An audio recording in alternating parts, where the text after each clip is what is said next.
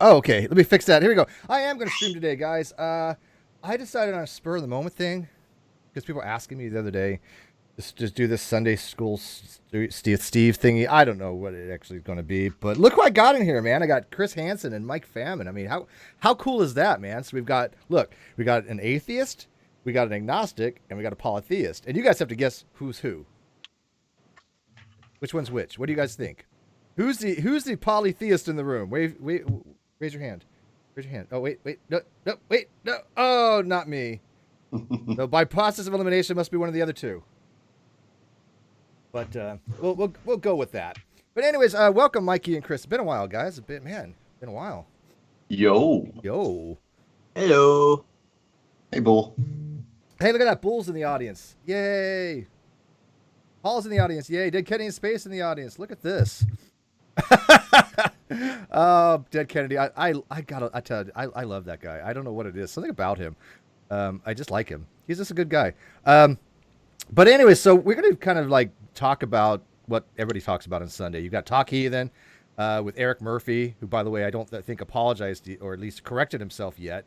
Nobody has told me. I didn't watch it. So if he has corrected himself, please let me know. If Eric Murphy has fixed his shit, basically, that he said I was a prescriptivist, and V agreed with him, and V said I was a prescriptivist. I'm not. So he told me that personally that he was going to correct that. It's been 2 weeks. The first week he was off of Talk Heathens. The second week, it's been, 3 shows, 2 weeks. First show he was off. Another guy named Eric took over. Then Eric the second week, maybe forgot. Third week, I don't know. So let me know if he did. I don't watch Talk Heathen that much anymore because he wouldn't let me call in. He really kind of dissuaded me from calling in. I'm like, it's a talk. Wait, it's a call-in program, right? Right? I mean, isn't it? Right? But anyways, moving on from there, and I guess there's no atheist experience today from somebody told me. So anyways, we got you guys here. Smitty says Steve is a theist. Who is poly? Well, all polytheists are theist, right? So this No, polyamorous. Oh, polyamorous. Oh, not really. Not really. I'm really not. I'm pretty monogamous. Actually, I'm strictly. I've never even cheated on a girlfriend in my life, believe it or not. Not saying I haven't wanted to multiple times, but I never have. But you guys want to talk about that because, boy, we asked Chris about his adventures. That'd be a totally different show. But story time in Chris's sex life. Right. Oh, God. That'll be a 4-hour episode that I don't want to do. Probably a 4-day episode. Ready to give up that partnership, huh? Yeah, right. But you guys may not remember Chris. It's been a while since Chris has been around. Yes, it is Chris Hansen. That is his name, not the other dude. But so clickbait. No, it actually is Chris Hansen. But though, fun fact, we are both from Michigan and applied to the same schools. You're the same person. In a different dimension, different alternate reality, a different possible world. You're from Earth Prime. He's from Earth 2. We are going to use you, Chris, on the Non Sequitur show. We're going to have you at some point have you say, "Here, have a seat." I want to have a conversation with you. Yeah, I want to have, or that's even better. Yeah, there you go. Have a seat. I want to have a conversation with you. Can we use you for that? We'll promote the hell out of you. Sure. Awesome. So also, by the way, my last name is spelled E-N, not O-N. Oh, whatever. Does it make a difference? What's a rose by any other name would spell as sweet, right? Don't you know Shakespeare?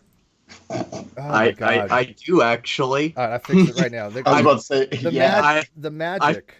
I've taught a class on Shakespeare before, so yeah. Oh, Romeo, wherefore art thou, Romeo? I'm more of a King Lear person. Oh God, I never read King Lear. I read Hamlet, Macbeth, Taming of the Shrew, Romeo and Juliet. I was Mercutio.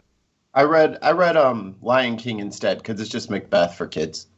I've read Macbeth, King Lear, Hamlet, Romeo and Juliet, Much Ado About Nothing, Titus Andronicus, Merchant of Venice, Tempest.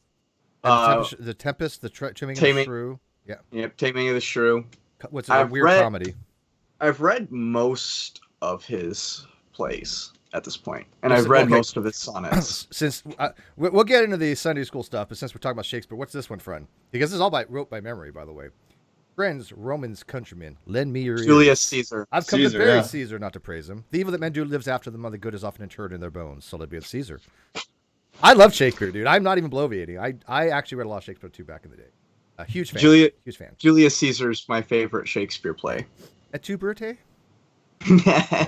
Story of my life, right? Okay. Yep. But anyways, Chris, tell them about you. People that don't remember you. Tell them about your big brain stuff, because why you talk about this stuff, because I'm always fascinated by it, because you actually know your stuff. You actually have had discussions with Aaron Ra. You're writing a book. Well, you wrote a book that I really do want to read. I will buy it on Kindle. I promise one of these days. I want to read it. Is it available on Kindle? So what? Okay, real quick before we get into this, what specifically is the topic of today? Oh, we're going to have people ask questions about, I don't know, any kind. We have a polytheist, atheist, agnostic in the room. What could go wrong there? Okay. Well, my thing then, for everyone that doesn't know, is I am currently a polytheist. When I first entered the community, I was actually on the agnostic train. A Steve agnostic, by the way. Yes, a Steve. Well, at first I was. I will admit I was in the colloquial definition, and then Steve hammered that home for me. But mostly I got into the community to talk about biblical history and to correct atheists on it, because almost everyone in the community seems to get everything wrong. You're like the polytheist version of Tim McNeil. Tim O'Neill. Yeah, Tim O'Neill. You're like the polytheist version of Tim O'Neill. Yeah, because he knows his stuff too. That dude is smart. Yes. Okay. Only sometimes I tend to be more of an asshole. I don't know. He could be a bit of an ass, but I like him for that. That's not a pejorative. I actually appreciate the fact he can be. Aside from that, though, I participate in debates on mythicism. I think mythicism is a joke, at least all the arguments for it right now. And then I am also an active feminist and also active in trans communities. And then I'm also gender fluid. So let me get this straight here. So I actually have on my program a polytheist, gender fluid, LGBTQ feminist, and I like him or her or them or whatever. I don't care. I like Chris. He's actually one of the cool dudes I know. And so, but people put this out there as like, oh, Steve in trans community. I'm like, I started in the trans community, so they can kiss my, you know what. So your ass. Yeah, my ass. Well, I didn't want to turn Chris on. I am pansexual. He's pan too. Yeah, he's actually what they call it, or pansexual. Yeah, omnisexual. Actually, when it comes to guys, I actually prefer older guys. So okay, so between Mikey and me, who wins? You. Right. You racist bitch. Okay. That's cool. I would pick Mikey over you. You're prettier. Don't get me wrong. You're very pretty, Chris. But something about Mikey. I mean, he just has that face. I don't know. It's just charming. Yeah. See. Wow. Yeah. This took a turn. This really took a turn. Anyways, Mikey, what about you? Who's gonna sleep with who? Let's talk about that. When we get done with this program off air, what happens stays off air.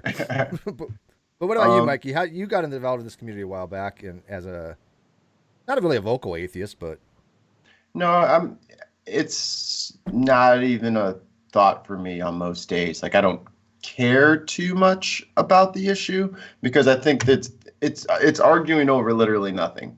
You know what I'm saying? Everyone argues for theism or atheism or agnostic, but it's not there. So we don't have to argue about it. Well, if they want to believe that something good's going to happen to them, we can just sit back and laugh. Well, that's funny. I the way I use the word argument, though, you use it a little bit differently. See, an argument is good. An argument is two people having a discussion, trying to get a resolution. Yeah. So an argument doesn't have to be like people fighting, right? Argument doesn't, and the way we use the term argument, when we're having an argument, we're having a discussion, right? We're not having a fight, as people would normally understand. Right. Now, there are times we do have actual arguments that are fights. We'll let you know. But that's not really what this channel's about. I mean, and not to say that we should just let fundamentalist Christians or fundamentalist Muslim people just do whatever the fuck they want to their people and their flock. Like, definitely stepping in for human rights there. But secular humanists, I played in that for a bit. But I just kind of believe in people There's only 7 billion of us. Pushing 8. The sun's gonna blow up at some point, so we gotta have an exit strategy for Earth. That's where I'm at. Well, we got about a few billion years left for that. No rush. There is a rush. We got a lot of people to move. It's a few billion years from now. We're going to be wiped out long before the sun goes. There'll be a gamma ray burst or something. Aliens will attack. Or the environmental conditions of Earth will just kill us. Yeah, I mean, right. We may not be able to stay here for another 250. What did we lose? Like 80% something of like some of the Antarctica ice or something. I don't know, some weird high amount. We're losing ice pretty quickly. Yeah, we're gonna have to. So we probably got a good 250. So if we start losing, wait, I got a question. If we start losing more ice, is it going to be like a commodity for ice? Like if you want to get ice in your drinks, is that going to like cost more now? Supply and demand.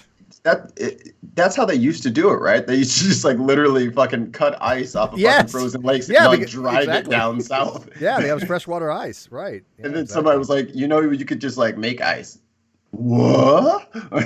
We could just make a machine that makes ice wherever you are. Oh yeah. By the way, Spinny, I'm going to be disabling my likes and dislikes going into 2020. I don't care about them. So if people don't watch it, it's fine. I'm not going to be concerned about likes and dislikes. So my videos are never on the algorithm. So likes and dislikes make no difference whatsoever.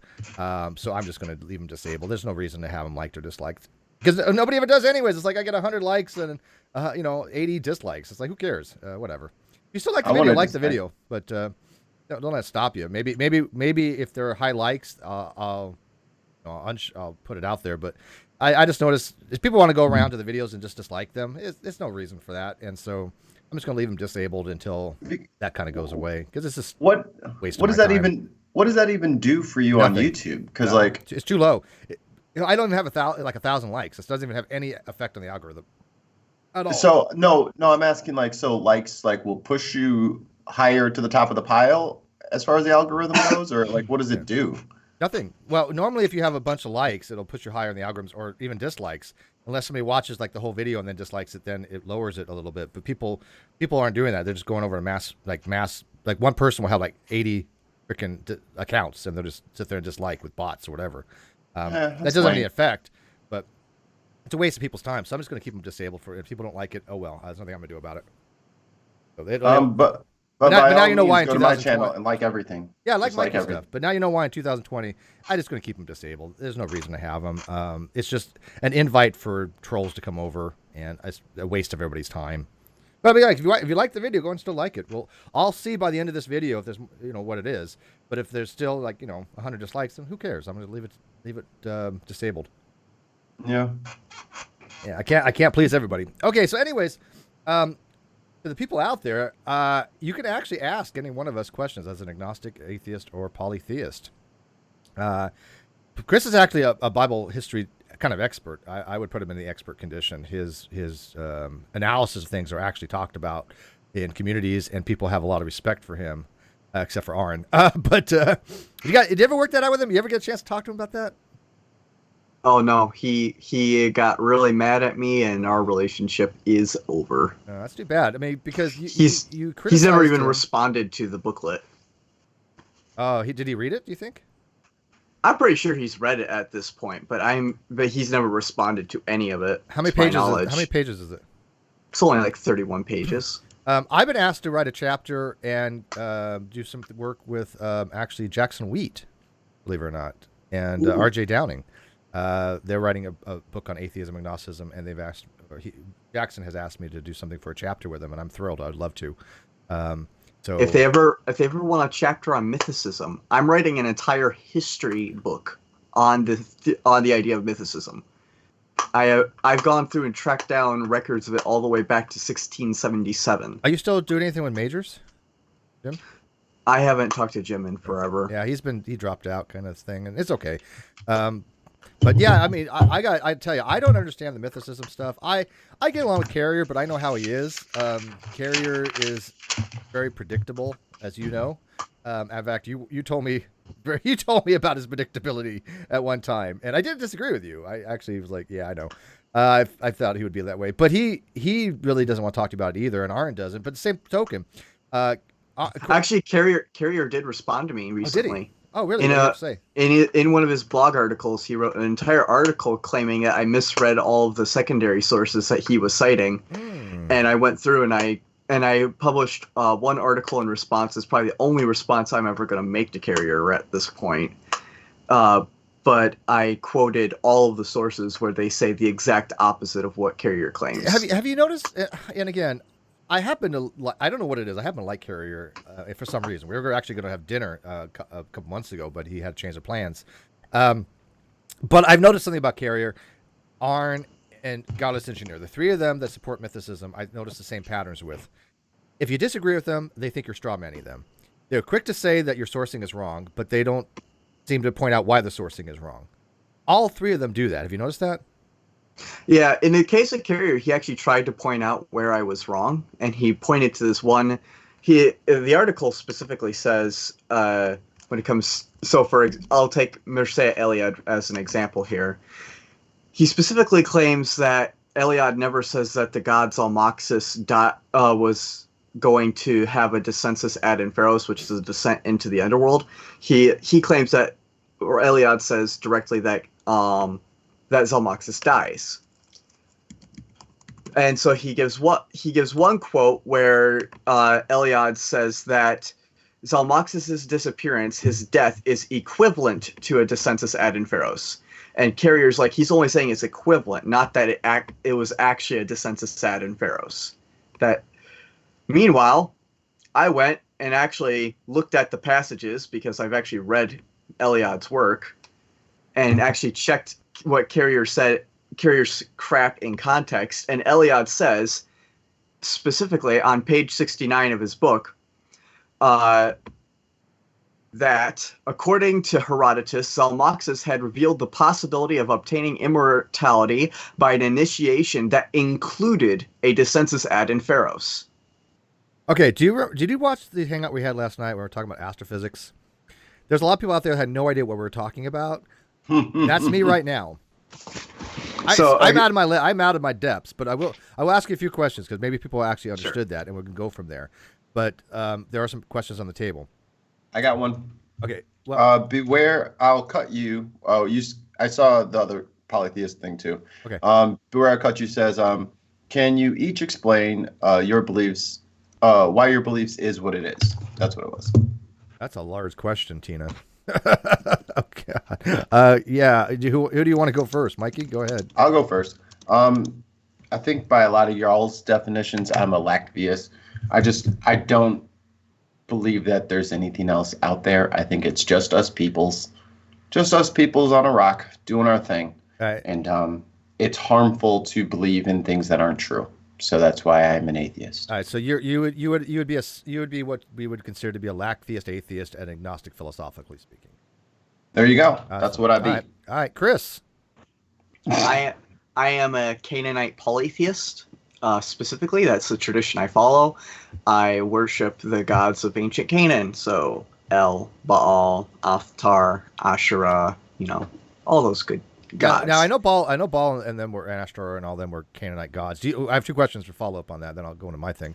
One, do you think that Yahweh came from a Canaanite god pantheon? And two, do you think that they're actually real beings with ontology? I'll answer the second one first. Yes, I do believe that they're real beings with ontology. Okay. And then when it comes to Yahweh, I do not think Yahweh was a Canaanite god. We have no evidence really to support that idea, because we actually have virtually no evidence of his origins at all. We have no idea where Yahweh came from. Well, he always existed, if you ask a theist, a Christian. But Mike, all right, you want to be the Q&A guy, Mike? You want to read the questions? Yeah. You have that lovely voice to do it in. Let me go over here. By the way, we might make a thing out of this. I think you guys are perfect for this, honestly. If you guys want to do this every Sunday, I might be down for that. J.C. Mills asks, at Steve McRae, does a polytheist believe in all religions, or does it mean more than one? In other words, can you define polytheist? Well, I think it's a better question directed to Chris, but I'll take a shot at it. Chris, cut off Steve. No, I'm just kidding. A polytheist is just a theist that believes more than one God exists. So it's all polytheists are theists, but not all theists are polytheists. Chris. Yeah, for me, I do believe that most of the gods of other religions exist. I do not have any particular argument against most of their existences. There's only a few where I would argue that they're not, so I don't think Jesus was a god. I think Jesus was an apocalyptic preacher that was transformed into a god. He was deified by his followers, much in the same way that Augustus Caesar and Julius Caesar were. But other than a few exceptions, I don't really have any qualms with the idea of other gods existing. It's never been really an issue in polytheist circles. All right, so let me ask you this. After I cough, and I mic'd. See, mic etiquette, you guys heard me cough, but the outside didn't. That's why we do mic etiquette here. We're trying to. A lot of people have said my mic's audio has gotten better. I've really been careful with the amount of gain and mixing and all that. The lighting, somebody actually had mentioned. I can't do much about it right now. I'll try to fix some of the lighting later going on, but I dimmed it a little bit. I put a bag over my light there for a while. Okay, so the polytheist thing. Do you think that if, like, for example, like Baal, you think he does exist? When you have people that are like trying to raise demons and trying to contact these entities, if they try to raise Baal, get a communication with Baal, how come Baal doesn't answer? The gods are not beholden to us, right? And I think it's possible that they could possibly, if Baal decided that he wanted to actually talk to them, but that wouldn't scare the crap out of you. No. Do you think Baal's a benign being or malignant being? I don't think any of the gods are necessarily benign. Definitely none of them are actually benevolent. Okay. I don't have any illusions that the gods are all these great people in the sky or anything like that. These gods are selfish beings, and these gods are going to have their own goals in mind, and they don't necessarily care about what happens to us. The time. Okay, so do you think that these beings, one, actually listen to you, and two, involve themselves in your daily life per se? And by the way, how does Ocean's pantheon compare to yours? Because you would have two competing pantheons, wouldn't you? Because I don't think he worships Baal. Thor, yeah, an Odin, but yeah, not Baal. So how would that work out? He doesn't have any qualms with my gods existing. I don't have a qualm with the idea of multiple gods of, let's say if we have Baal and Thor, both storm gods. I don't have any problem I don't see any issue with them both existing. I don't also view the gods as being in perpetual competition with every other god in pantheon either. Okay. I'm not sure. But do you think they can evolve themselves in your life? Oh, yeah, I think they can, but I don't think they're going to be daily going around and involving themselves in our lives. So can I say Baal Dam from now on? Sure. Do you say it? Baal. He has, by the way, how do you pronounce his name? It's B-A-apostrophe-A-L, right? That's the actual. Baal. Yeah. Wasn't it Baal with a glottal stop? Baal, yeah. Yeah. What do they call that? A glottal stop. Glottal stop. Yeah. Okay. Stupid whore energy super chat $2. How do you know the gods aren't just aliens? Maybe they are. Bum. Tune in next saying week on they're aliens. Dragon Ball Z. Have you read Varric von Däniken, In Search of Ancient Astronauts, or Chariots of the Gods? We're just saying. Oh boy. Yeah, no, I don't think so, but whatever. At Tubian323 asks, El was one of the ancient Jews' names for Yahweh, wasn't it? I thought that was a title.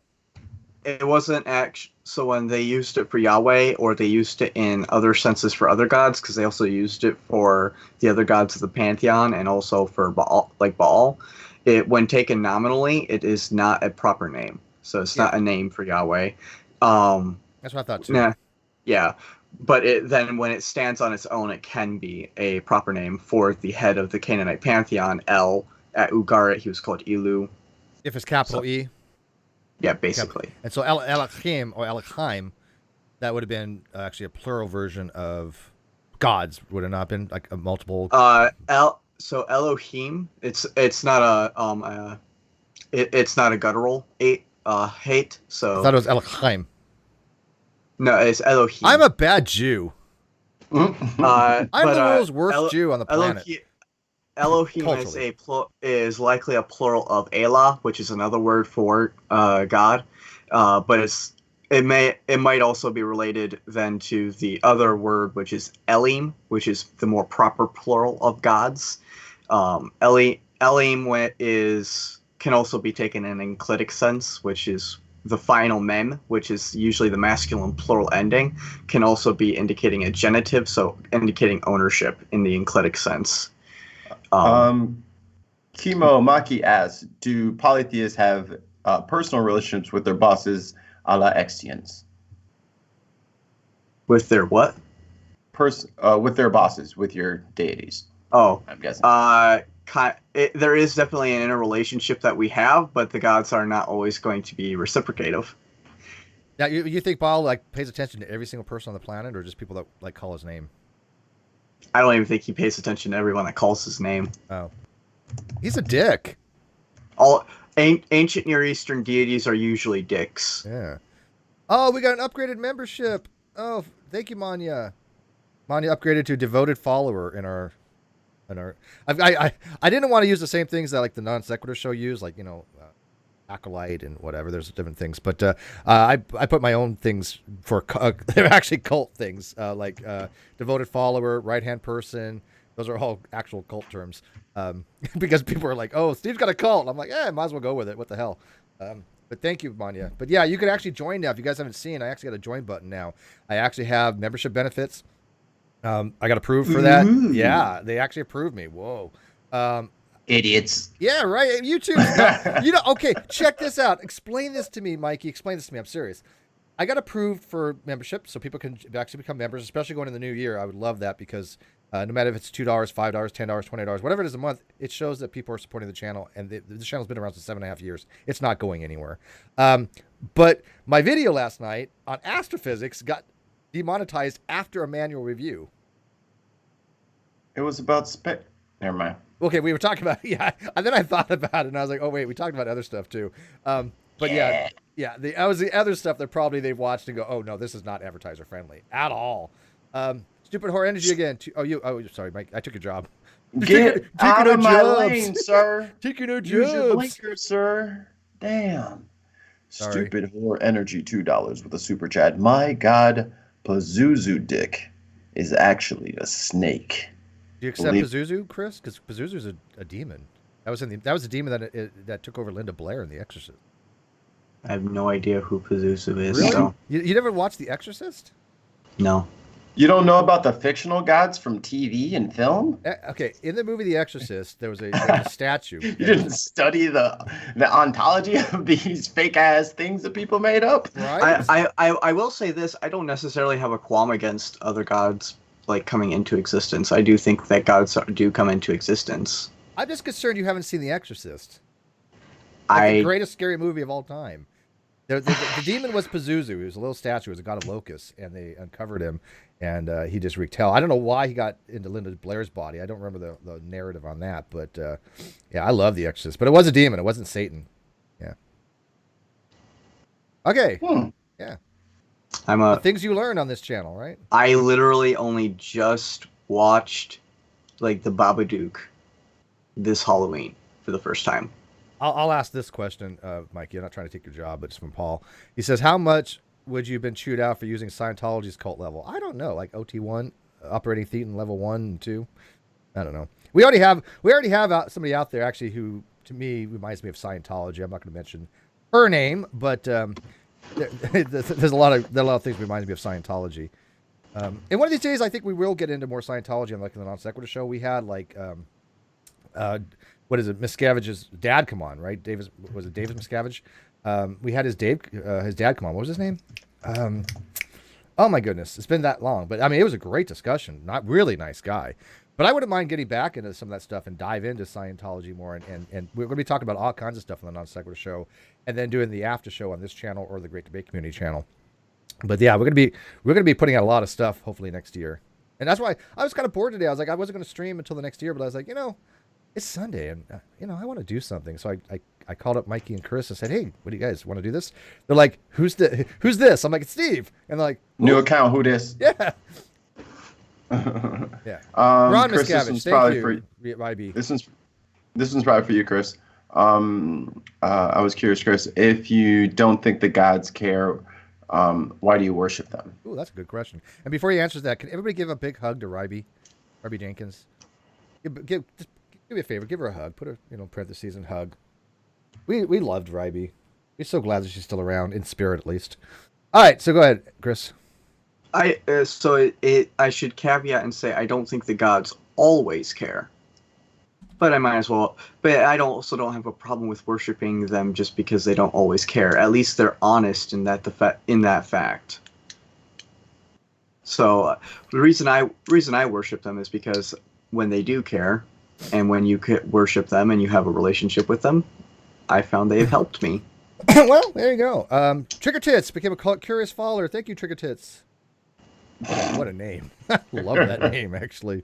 Yeah, we might get Leah Remini. I've reached out to her before.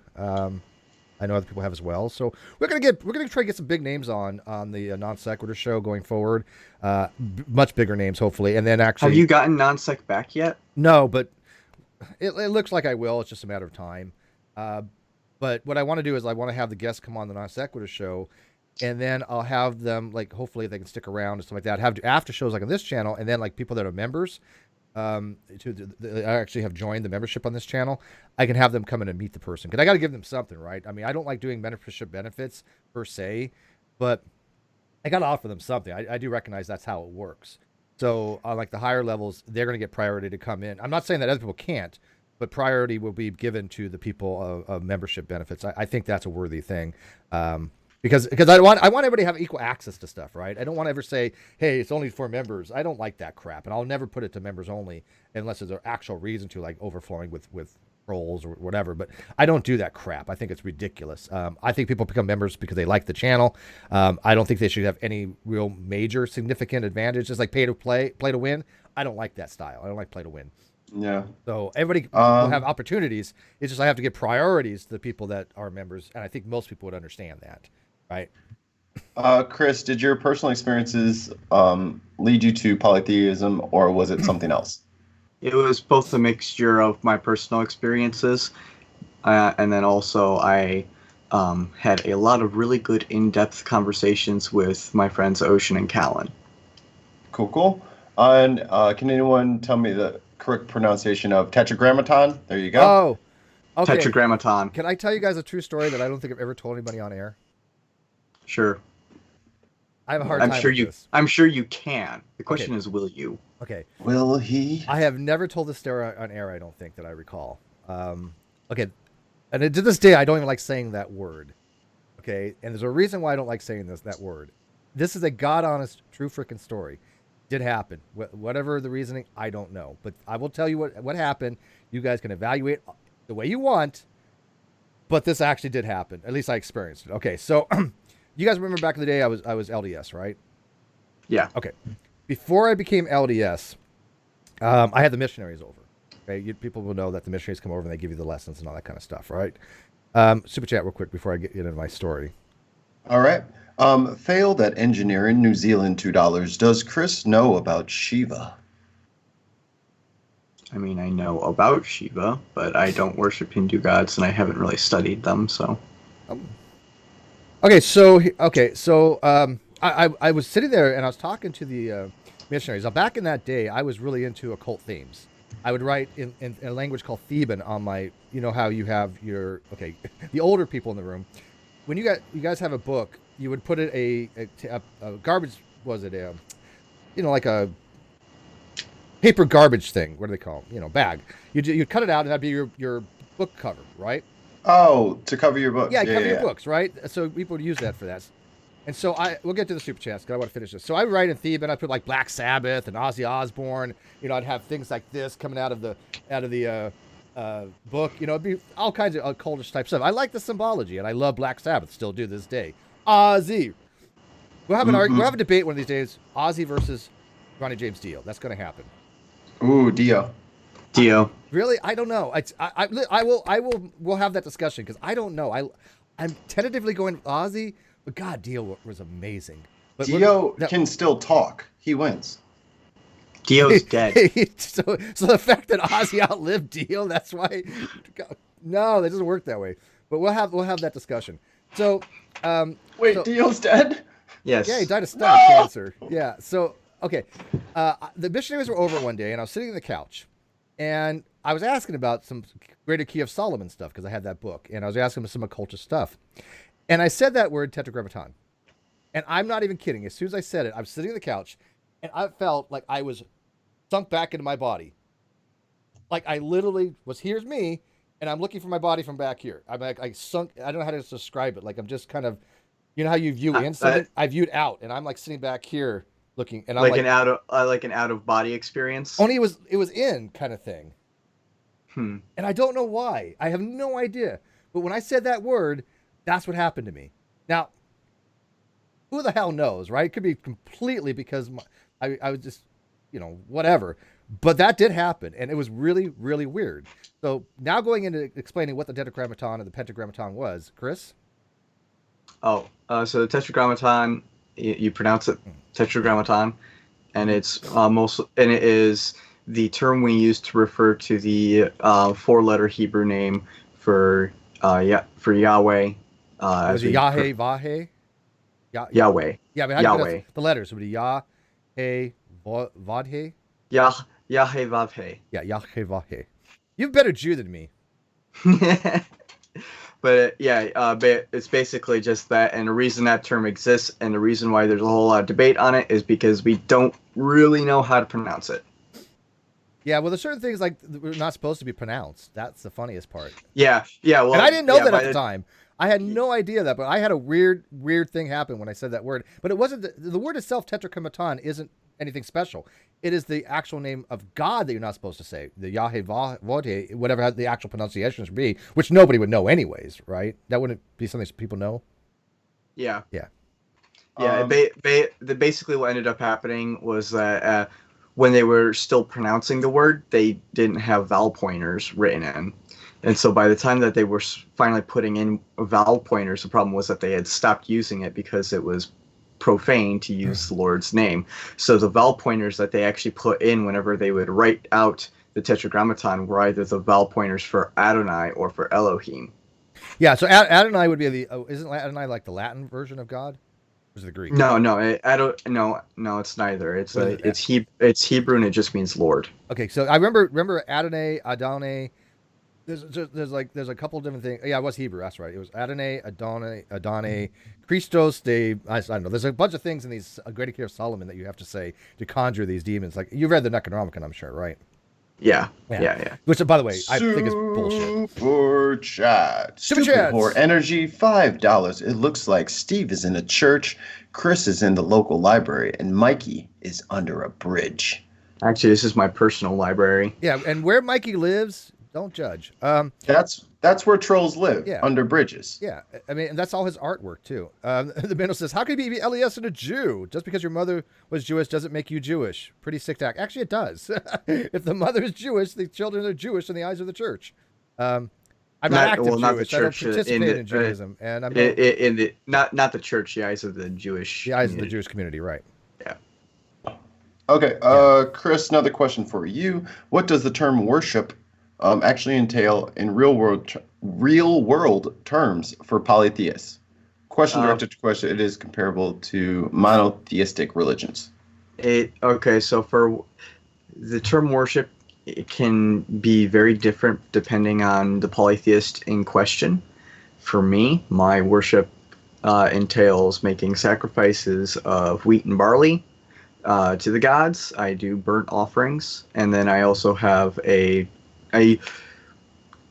usually every chance I get during a day, at least, like if I have a chance that day, I will go out to an area that I have relocated in the woods, and I will also have about an hour or 2 hours where I sit in meditation with the gods. But not any bloodletting or anything. No, I don't practice that. There are some polytheists that do in heathenry. Bloodlet, I think is what they call it. But my brother, There are none I know that practice human sacrifice. That was a practice in Canaanite religion. It is not one I'm going to repeat. That being said, we could always try and go down to Planned Parenthood and get some bodies. Well, that would be. Well, that's not. Well, is that blood? I don't know if it's bloodletting or not. But what about your brother? You were saying something? My brother did used to practice the bloodletting. Oh, he's a polytheist too. He was a Norse polytheist. And what is he now? He's agnostic now. You guys are all over the place, right? I'm not sure about my youngest brother. He never has talked about his own spiritual belief, really, at all. My sister is... She believes in God. She kind of tends to follow a more universalist approach now. My mom is, by and large, a deist. And my dad is Christian. Yeah, my family's kind of the same thing in a way. I mean, all over the place. You know, what about you, Mikey? You don't do any kind of burnt offerings, but do you?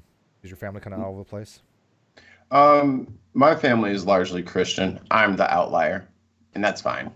I believe in drinking beer, drinking rum, and putting Pepsi in that rum. That's what I believe in. Pepsi and rum? I had rum and ginger ale last night. It was actually really, really good. I was kind of surprised. There's a name for that. It's a mule. That's a kind of mule. Well, it's a type of a mule. There's a Moscow mule, which is vodka and ginger beer. And then if you make it into rum or Captain Morgan, you're supposed to be specifically, it's a variation of a dark and stormy or Moscow mule, and it's called a Captain and Captain because there's and rum, which is basically, or anyway, a Captain and ginger, which is actually just a dark and stormy with rum. Because an Irish mule is with Jameson or whiskey. Jameson whiskey. And then there's a burro, which is tequila. Yeah. Yeah. Yeah, I know. I when we were out, I had my first Moscow mule. Actually, no, it was a dark and stormy in the copper mug. It was okay. It wasn't my favorite drink per se. I was enjoying the company more than the drink, but it was okay. I wouldn't have one again though. And I wouldn't have an old fashioned again, even though I got to tell you what goes into old fashioned is really a masterpiece. Just not my type of drink. Does that make sense? I mean, I can see why people really like them, but it just wasn't my type of drink. Really well prepared though. I'm one of those straw box that just likes fruity drinks. Yeah, I'm with you, dude. I like pina coladas. I like margaritas. I like Sex on the Beach. I've like. They taste good. It's not an indictment on your character. They're just tasty. Right. Actually, one of my favorites, and it was a drink I've never been able to find anywhere else that serves it, but it's called a wet pussy. I'm sure you made that up.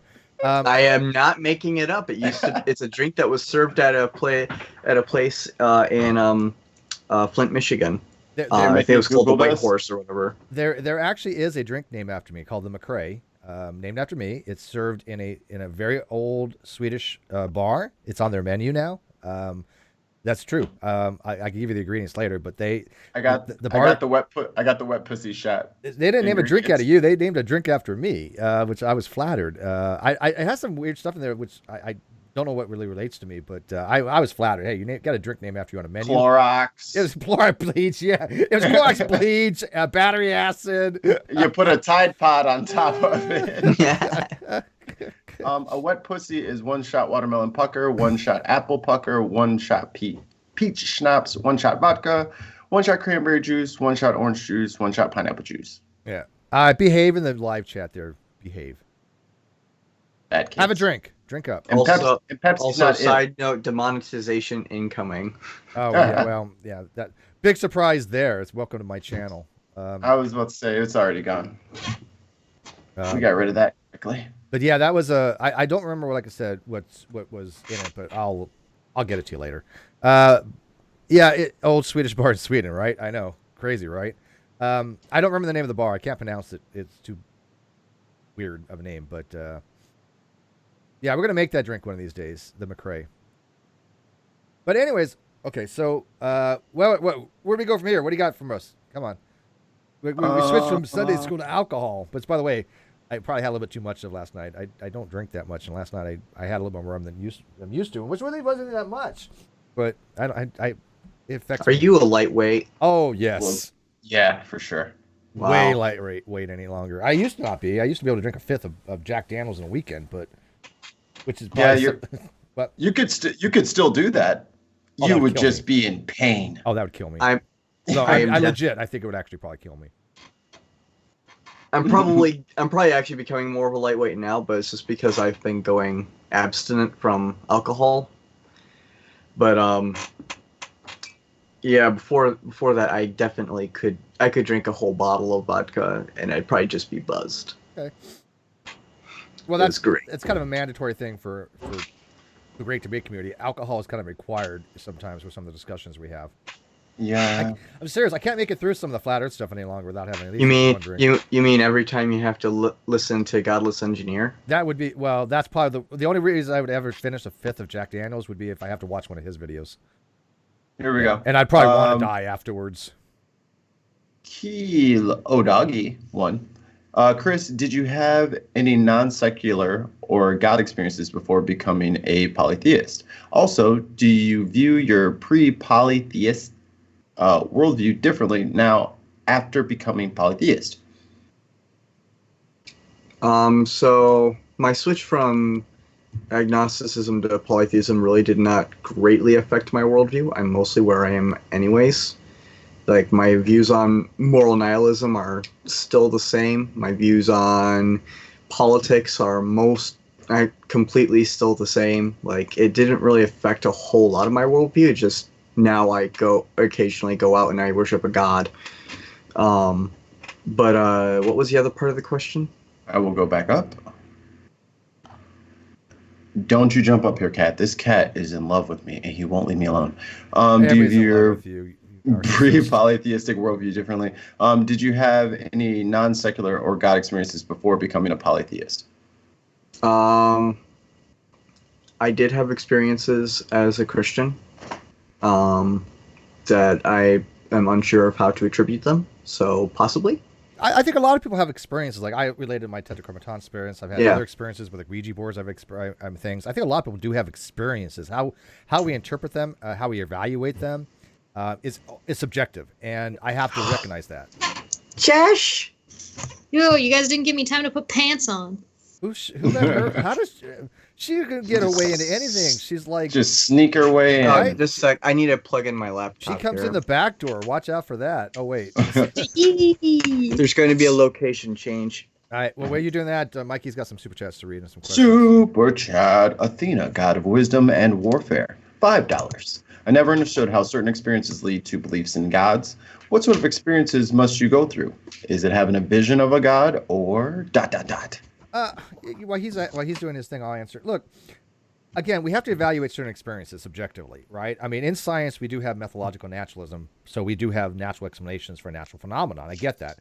But when it comes to certain things we can't explain, there is a propensity as a human to try to explain it by any means necessary sometimes. And some people will say, hey, this to me doesn't seem to have any kind of natural possible explanation. Therefore, if it's not natural, it would be supernatural, maybe preternatural, but usually supernatural.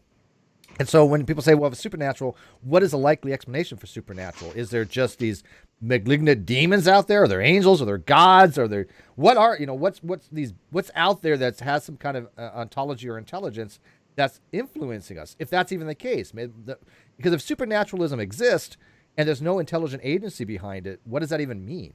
Yeah, I always found the logistics cumbersome, difficult, or impossible between each thing. So like the logistics of one thing to the next. Now, if you're going to start going into concepts, sure, then yeah, okay. If you want, then fine. That ends up being in a different realm. But if you're going to start talking about like the logistics of angels and the logistics of a devil and the logistics of, let's say, I don't know, pick a Western religion, pick like, I don't know, Islam. The logistics of the way heaven functions is just... Would that be an Eastern religion? I think it's considered one of the three main Westerns, is it not? Oh, the three Judeo-Christian ones? Okay, Judeo-Christian. It's Islam, considered one of the three main Abrahamic faiths. religions, yeah. Okay. Yeah, Christianity, Islam, Judaism. Let me answer real quick. Yeah. So, for me, like figuring out when it comes to evaluating personal experiences, everyone's personal experiences they have to evaluate for themselves. There is no other way we can evaluate our personal experiences except for ourselves, and so everyone's going to have their own metrics for what we use to do that. And everyone is also going to have their own metric for what counts as proof and what satisfies their burden of proof and everything like that as well. So all of this is going to be entirely subjective. For me personally, the reason I ended up accepting my personal experiences was actually because there is, in the polytheist community that I'm a part of with Ocean, there is actually a system that we've been working on for actually trying to more adequately verify experiences that we have. So there's different stages. There's UPG, which is an unverified personal gnosis. So that's when you have an experience that you can't find any other person that's ever had that kind of experience. There's I think it's called supplemented personal gnosis, and that's when you can find other people that have had very similar experiences to you. And then you can have verified personal gnosis. And a verified personal gnosis is one where you have other people that have had similar experiences to you, and there's also a really long historical precedent for that experience of deity.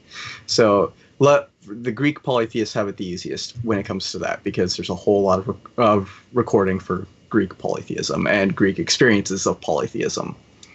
For me, what also ended up from a methodological point of view, ended up clearing things up for me is I also think I am a dualist. I think there's a supernatural and there's a natural world, and I also am of the opinion that a lot of the world is also idealistic. So we impose a lot of what we experience onto the world, and we're not necessarily even experiencing the world as it is.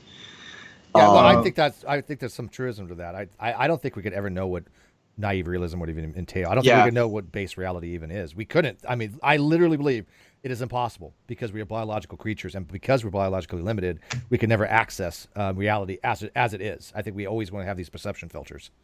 Yeah, well, and I am also of the opinion that I'm of the opinion that just because we can explain things naturally does not therefore invalidate the supernatural from the equation, because I view the separation of natural and supernatural as rather arbitrary. I think it's just become a way for people to try and actually just argue that religious experience is not quantifiable, just in a very out of hand kind of way. Yeah. I don't think that there's a justification for saying that the supernatural is actually absent of the natural, or that they have a separate ontology. Yeah, you don't think of supernatural as more of a privatization of naturalism then? Yeah. Okay. Yeah, because a lot of people, I mean, in a way, it kind of is, though. I don't know why it wouldn't be in some ways, because if people would say like good is the privatization of evil, and so I think there might be something to be said of supernatural being a privatization of naturalism. But I could take arguments on that. Real quick, couple of different things. Atheist Coral became a member. Vegan, we love you. You're awesome. I love vegan. We love vegan. Okay, so a couple different things. We are lagging a little bit of buffering. That's YouTube. YouTube, for some reason, is not getting the bit rate right. Nothing I'm doing wrong. It's just that it's not normal. I think Sunday a lot of people stream. That's on YouTube's end, I think, today. So there's nothing I can do about that. The other thing is that we have Minnow says provide proof to back your claim you're Jewish. My mom's Jewish in the eyes of the church. If the mother's Jewish, the children are Jewish in the eyes of the church. That's. If you don't believe me, go look it up. I mean, no, you have to prove your entire lineage. My genealogy. Yeah, go ahead. Yeah, I'm not going to waste my time. Bring Steve's mom on. Yeah. So my evidence is that if the mothers are Jewish, the children are Jewish. My mom is Jewish. You don't believe me, you can go ask her, by all means. But yeah, that's not a claim that I really give a shit that if you believe me or not. I just don't. So there's your answer. Somebody asked the question, "Do you believe in science?" And I'm not entirely sure what that would entail, because that seems like an intense question that doesn't really necessarily. I mean, okay, first of all, is it an existential question? Do you believe in science? Yeah, that's what I mean. I mean, does science have an ontology? No. Do you believe that science is something that we use as a tool to gain knowledge? Yes. Do we believe? Minnow said no evidence. Yeah. Okay. Then don't believe me. I don't care. Chat. Let me explain something to you. I don't care whether you believe me or not. I'm not here to convince you of anything. If you don't believe me, say I don't believe you. Okay, moving on. Chris believes me, right? Mikey believes me. Jess believes me. I don't. I don't believe him. He lied Shut to the me hell up. about alcohol. I can kick you out of Skype right now. But yeah, I really don't care if you believe me or not. I just don't. You know what I believe? I believe in He doesn't care super if I chats. believe him. Yeah. Super chats is what I believe in. Failed at engineering New Zealand, $5. Can it be that out-of-body experiences are the images you have seen of yourself and mirrors being recreated by your brain? Brain is very powerful.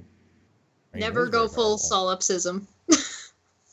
Tina says he may want you to pull down your pants and show you're circumcised. Not all people. Okay, first of all, not all Jews are circumcised. And not all people who are circumcised are Jewish. Yeah, exactly. However, hat or no hat. However, Quick, Steve, hat or no hat. I can tell you right now, there are people out there that can verify that I'm cut. Okay, so Gross. go ask them. Gross. And Gross. Mikey may or may not be one of those people. Yikes! No, I'm not. Hey, Mikey, That's what I said. hat? May or may not. So let me get to. Is there any more super chats? I'm not going there with y'all. He's like, no. Mikey, it's I'm true. not going. You may or may not know, right? That is logic 101. I'm agnostic about whether or not Mikey is wearing a hat. I'm gonna when it comes to Steve, I'm gonna say he has Schrodinger's dick. It may or may not exist depending on how you observe it. His foreskin is in superposition. I tell you what, I had a friend that I grew up with. Who I don't know if his family became Jewish or whatever, but he became Jewish or something along the line, and he got circumcised later in life. Like this was had to be either an end of elementary school or beginning of junior high, maybe beginning of high school, but it was around that time frame. Dude hated life. Life. No doubt. My buddy got cut at 17. Oh God, that's gotta suck, dude. Rough. Yeah, that at that point, it is what it is. Pure unadulterated agony is what it was. That's just. You know what? I don't even. It reminds me of one of my. It reminds me of one of my favorite stories from the Bible, where there was a rival tribe, and they were in conflict with the people of Israel, and so they made a deal to make peace. The Israelites and everyone would stop the war if those people became circumcised. Okay, now they circumcised all of the men, and then while the men were circumcised, then they went and killed them all. so Ryby says that she wants to see the foreskin. So maybe if I can go find my original foreskin and then eBay it or something. Is that what you're looking for? But no, the minnow's gone. We give a shot. We give everybody a shot here. That's one of the rules. You get a shot once, but after you become an asshole and you just don't want that shot, fuck you. Whatever. Yeah, I don't think they know where they're at. Have they met me? Are they new here? You nudist, you, I don't know, but I mean, it's like, come on, you get a Steve shot. got members chat. Steve got the members thing, and now nobody recognizes the channel anymore. The same as it's always been. In fact, this was the original format for this channel, pretty much. Or not this per se, but I mean these types of. It's exactly this. The original format and the proper format is me above and larger than everybody else below me. Can you know what? Next time I'm gonna draw little lines that come out from because you can see where you're above here. You're obviously looking at the video, so I'm gonna draw lines like this, then lines around. So we're gonna put like on the top there, like we'll put her as like cult leader or something. I don't know. We'll figure out a name. Yeah. Because I mean, I'm not in charge here. I'm really not. You guys think that I am, but I'm so not. But whatever. Can anybody? This is from Sean Bradley. Can anyone explain the biblical fascination with what the biblical fascination with foreskin is about? Chris? So, that is an exceedingly complicated topic, yeah, but it's not actually just the Bible. The process of circumcision is actually a very well-attested thing in the Middle East in general. We have inscriptions that actually have iconography depicting it in Egypt. The biblical fascination with it seems to be with a cultic identity. It's specifically a thing that's supposed to symbolize their religious covenant with, specifically the covenant of Abraham with Yahweh. So were they using them as money at one time? Currency? No. They did use. There is evidence that they were probably using them as a way to confirm that they. Oh my God! Angry typing!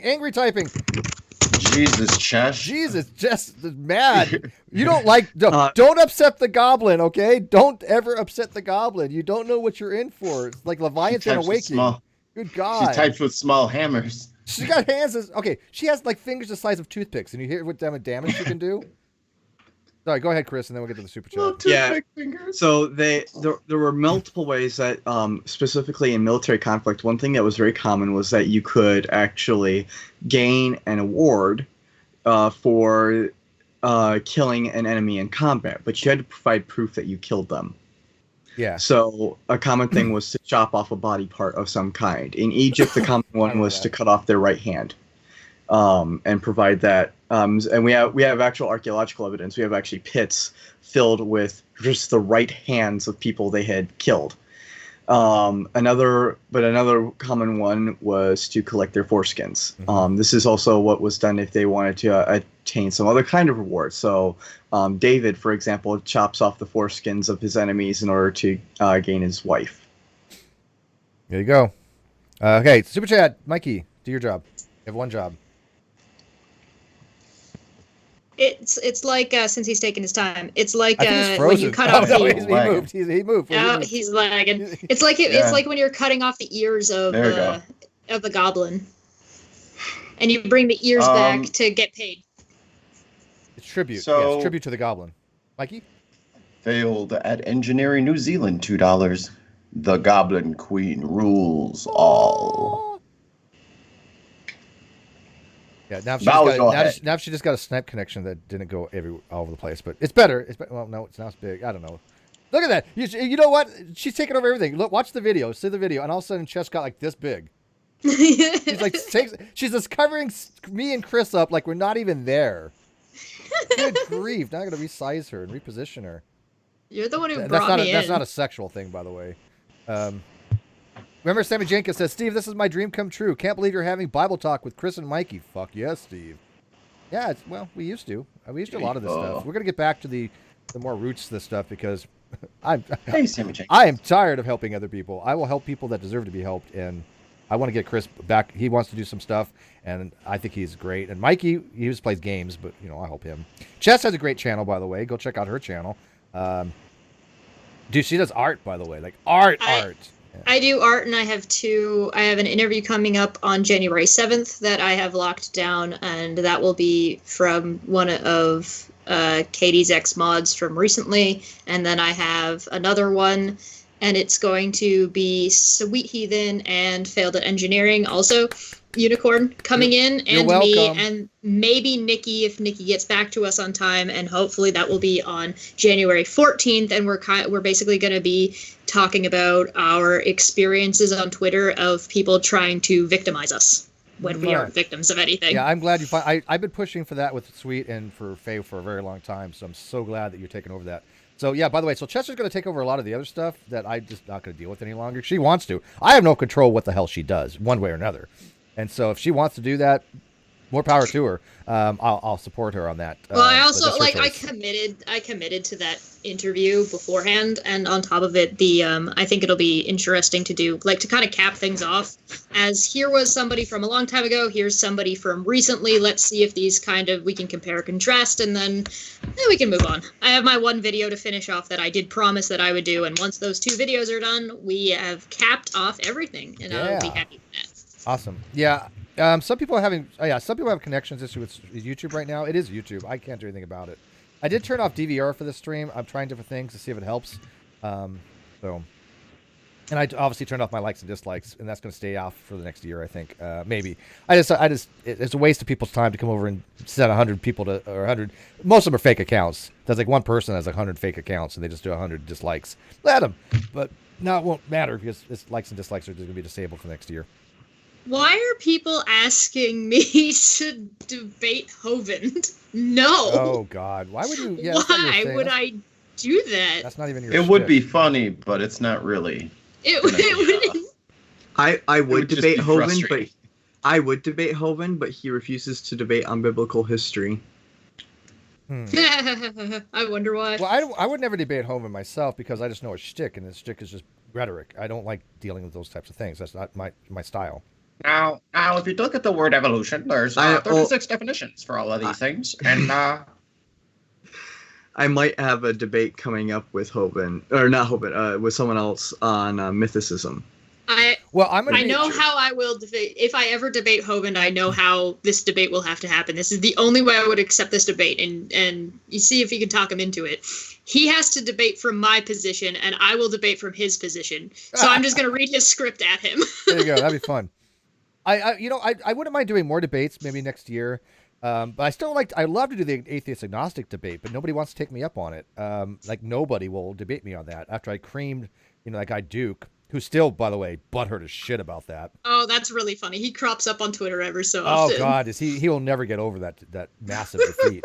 But whatever, I still like that subject. I still probably will debate that with people. I debated that guy on Modern Day Debate. And he actually was cool, and he actually was like getting turned around and kind of agreed with me. So I don't mind that because that's a subject I know about and that I like to discuss. I don't see really much reason to debate anything else, but I will be having more debates on this channel. I know Modern Day Debate took over a lot of that, but I'm going to try to get back into a little bit. That's kind of what the Great Debate community was founded on. But I'm going to moderate them, and so we'll be having debates on this channel. We'll have them on the Non Sequitur show. We're going to have stuff with Chesh, on her channel. We're going to be one big community that has a lot of different channels where we'll all work together to build each other up with our forte, right? Because I don't do art, right? So you don't want to watch this channel if you're into art, trust me. But if you like art... I would watch a stream of you trying to do art. That would be fucking hilarious. Dude, it would be so bad. No, dude. When I say I can't even draw a stick figure, I suck at art, man. It's just... If we're going to do that, if we were going to have art being done by Steve, it's going to have to be like I'm teaching him how to do something and he's trying to do it. Nope. That would be like those videos where like Gordon Ramsay goes back to back with somebody and then like he's like, all right, we're going to make a chicken parmesan. So he's like giving them the same instructions as he's doing it. And then like they just turn around and they look at both of the plates. He's like, what the fuck?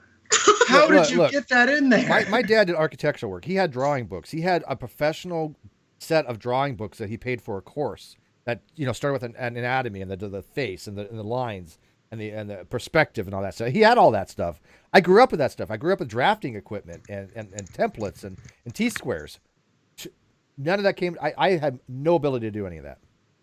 Aww. I know. I suck. No. Well, let me see you do a differential equation. If you guys are interested, I can't either. If you guys are interested in seeing how good Cheshire's art is, I suggest looking on Red's channel. It's filled with all of her art and her CGI and all of that good stuff. Yeah. By the way, I actually frame by frame paint those in real time for those live streams. Yeah. I'm just guessing that Sunday is a busy day for YouTube because I see a lot of streams pop up. But I don't know what's going on with YouTube. Everything is normal, but on YouTube's end, it's not receiving normally what it is, and it seems to be glitching a little bit. It happens. Chris, have you actually noticed that Red's thumbnails have been my art too? I could try restarting the stream real quick if you guys want. If you take and give it a higher bit rate, but I don't want to start a new video if it does that. Oh man. Right. Yeah. I'll kick up the bit rate next time and see if that helps. So, but anyways, let's see here. We got another 20-some minutes for questions. We'll go 90 minutes, I guess. So, what other questions we got for our fine panelist here? Everyone's just been really just S-ing Chesh's D because they loves her. They do. I had a lot of people go like, I swear, there's one person who says, Chess wasn't on the stream with Steve today. I'm like, because she's really only on, Caffeine Corner. I do have my own stream. She has her own stream. She's not like my life partner here, okay? You don't know that. That's what you think. Yeah, she's like, right. Yeah, she's like, you ain't getting rid of me. I told you, this is my channel now. She has 95% of all this stuff. Trust me. I'm about to say she does 95% of the work. So. Yeah. But yeah, I thought that was odd that people think like Cheshire and I are like joined at the hip or something. Like people were confused when I like stepped away from a lot of BS stuff that I had to deal with because of a lot of different reasons. And by the way, there's only one person I actually told the main reasons to, and it wasn't Cheshire and it wasn't Sweet. So. It's pretty something that bothered me a lot, but I haven't really been able to open up with it yet. But there was some stuff that actually it happened to me, and I just didn't want to talk about it. And so I kind of backed away from a lot of stuff. And so if she wants to continue on that, that's great. But I don't give her marching orders. I don't like tell her what to do. She bounces ideas off me. I bounce ideas off her. She tells me what she thinks. I tell her what I think. And that's worked out really well. And that's exactly what I've been looking for. I am not allowed days off. This is actually misinformation. I don't get days off ever. And one of the main reasons I'm only continuing is because I committed to doing these 2 other things. Otherwise, as we said, like a week and a half to almost 2 weeks ago at this point, nobody's addressing any of the claims we're making. Nobody's addressing any of the arguments we're making, and nobody's bringing up any evidence of any of the claims either they're making or against our claims. So we're done. Shocking. We have nothing else to do. Yeah, that's what Surprise! I said. That's what I said. That's like there's going into the new year, nothing else I can do. I've put it all out there. Run with it. But they've never addressed anything that I brought up. I made it very clear what I needed to prove something, and that wasn't obtainable by me. So, and by the way, I literally could prove by actual evidence, in the sense of the word proven, very easily. But it wasn't given to me, so nothing else I could do. So I'm out of that. Good luck. Have fun. But I will help Chesh on it though, if she wants. Absolutely. I'll give her guests. Well, he has one thing of one folder of screenshots that he has to give to me. I still have to send you all that stuff. My bad. I haven't done that. Yes. I'll send you all that stuff. There's been a lot going on, so that way I can just put in the video description. But other than that, we'll let Chess Channel grow out of that. Let her be the drama queen. God bless her. And you guys, I love you. If you haven't checked out Trina Porter's channel, Trina Porter does not want to get big and famous. Well, I disagree with her. She's wrong. She's wrong on the internet. So go check out her channel and subscribe to Trina Porter because she has the most amazing, funny comedy. She's awesome. I love her channel. So I just like what she does. So as long as she continues to do that, support her. Go watch her stuff. Yeah. Yeah, that's pretty funny. Yeah. Hey, Chess, you're on the wrong Chris Hansen show. That person goes away because she's just funny. That person is just a really piece of crap. So that person goes away.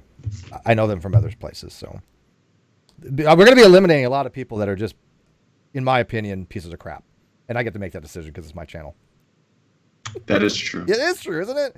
I'm calling out the people that are crap. And I'm cultivating the people that are not crap. And if people want to watch the people that are not crap, they can watch. If they want to watch the people that are crap, they can go watch something else. I don't do this for subs. I don't do this for views.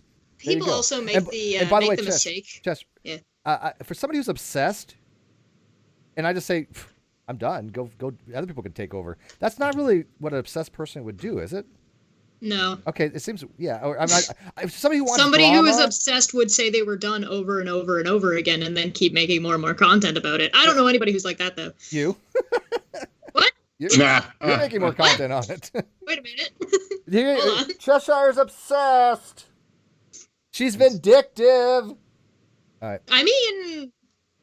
Trina says, thanks, Steve. Who's Chris and Mikey? We don't know. They just showed up one day.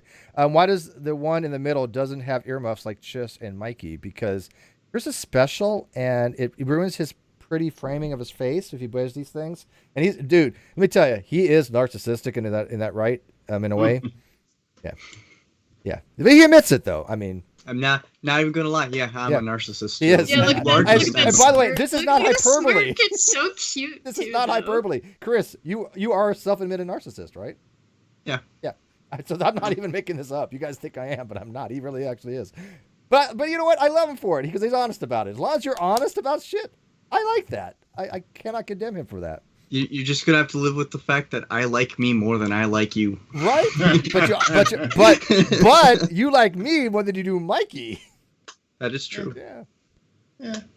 You can't win them all, right? That's just because I'm more sexually attracted to older guys. So my high one though, Hugh Laurie.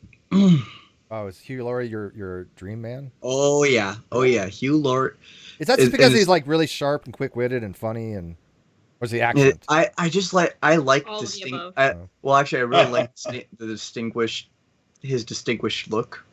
I don't know what it is. I just really like that. Beware, I'll cut you. Says Tina. By the way, I also need everyone to know you're not my puppet master. Yeah. By the way, Tina is one of the very few people that I've kept in touch with on some of this stuff, and I'll continue to keep in touch with her.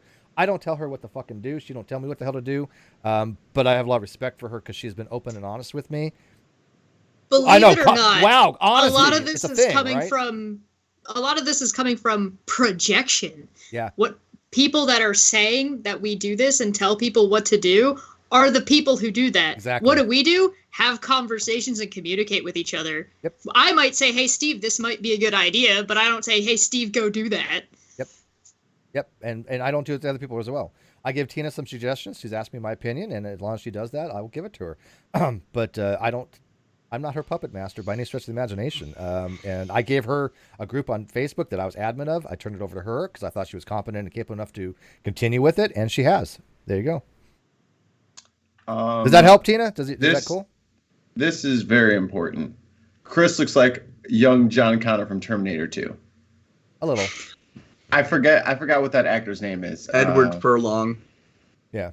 You got some Eddie Furlong traits. I could see that. Yeah. I could see that. Aww. Stopping stuff. Yeah, no, but I needed to step away for personal reasons. And I did. And they were for personal reasons. It wasn't for any other things. It was for my own things.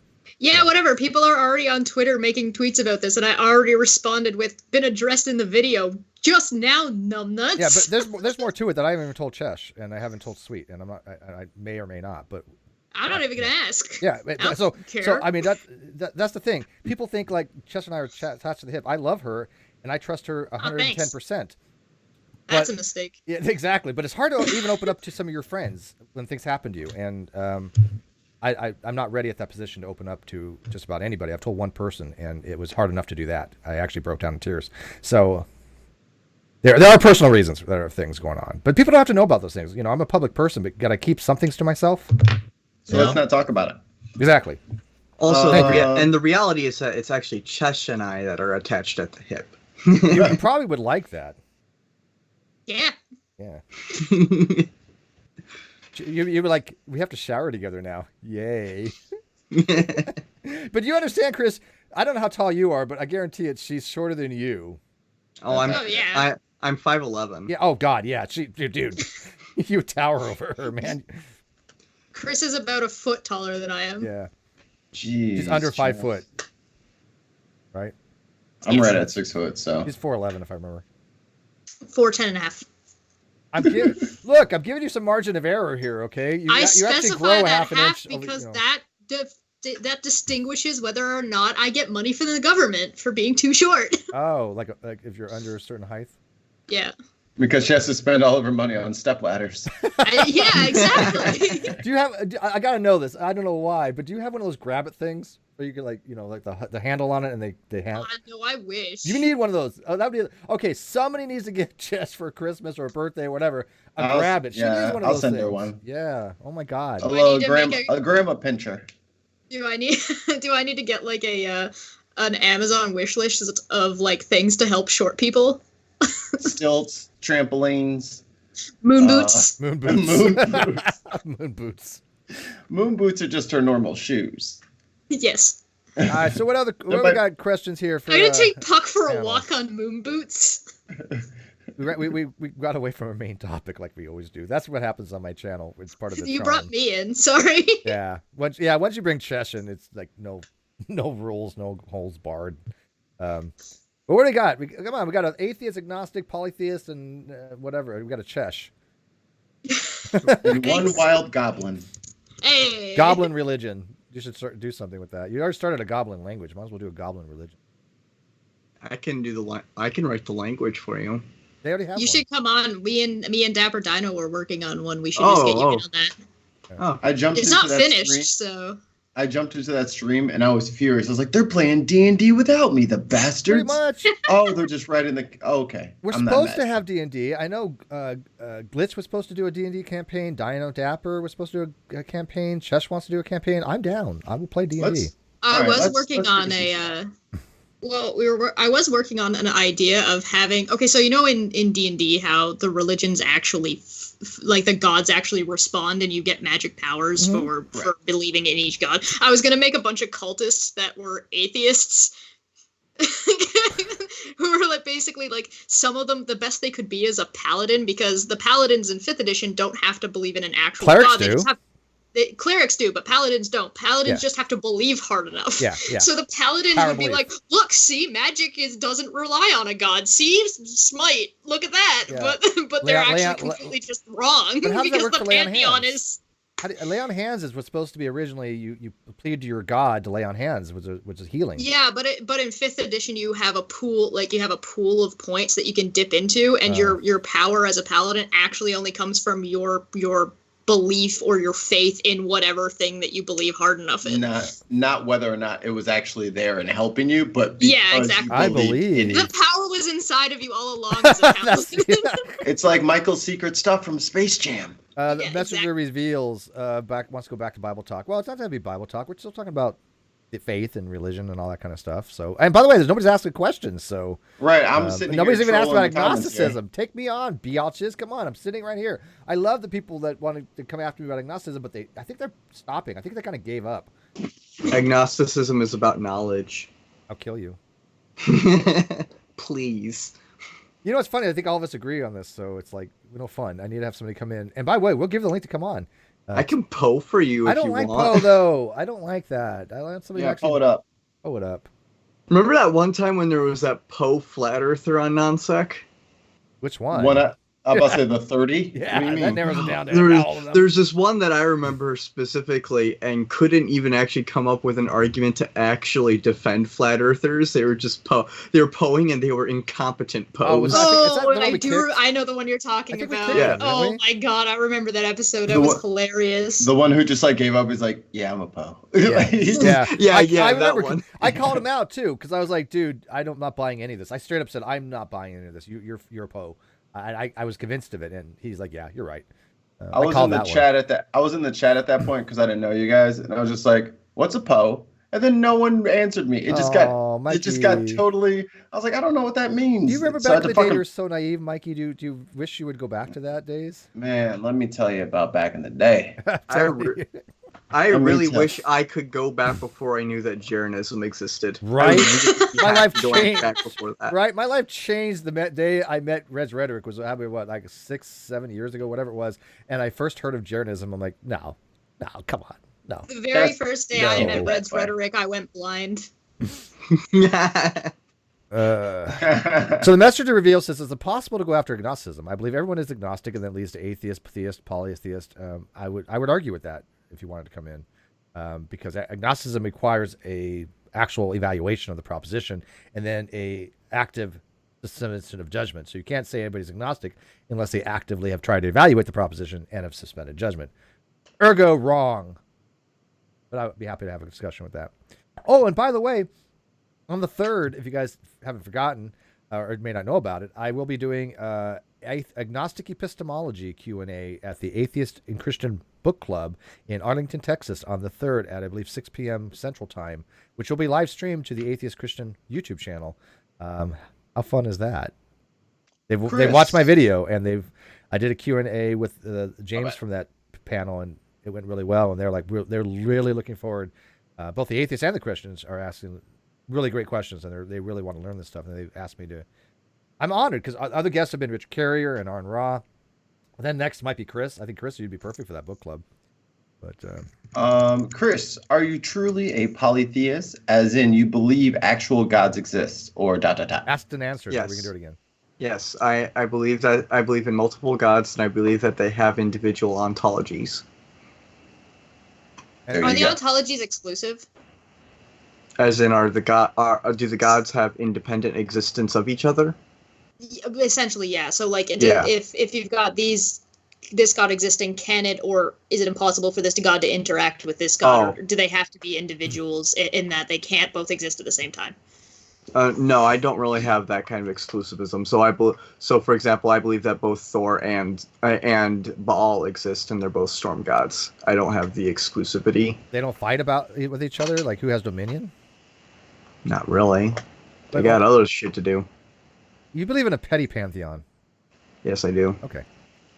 If they're that petty, then they would have nothing better to do than to bicker about who's... For what? Bicker for... What do they do? Bicker for eternity? My gods definitely bicker among themselves. It's why I do not worship... I actually don't worship Baal. I worship Othtar, and I don't worship Baal because Othtar and Baal fight. You worship yourself? No. Okay, then G-Man's wrong. Nice. Wait, G-Man's in the chat? No, God, he won't show up. I still got to think. We also said that we were going to have G-Man on Non Sequitur, and that Kyle broke that promise because he's inconsistent. Stream offline. To the chat. Stream offline? Yep. Nope, we're back. And we're back. It just buffered. Kind of. Yeah, Circling a little bit. Yeah, it's buffering, but it's still there. We're still got a live feed. We are patient. Yeah, we're back. People. Yeah, we're back. Okay, so, yeah, I don't know what's going on with YouTube today. It seems to happen on Sundays, I've noticed, before when it's really busy with people streaming, but... All right, so we back? No, we're not back. We're buffering. Trigger Tits wants to know who killed the stream. I blame Chesh. You mentioned G-Man. Look what happened.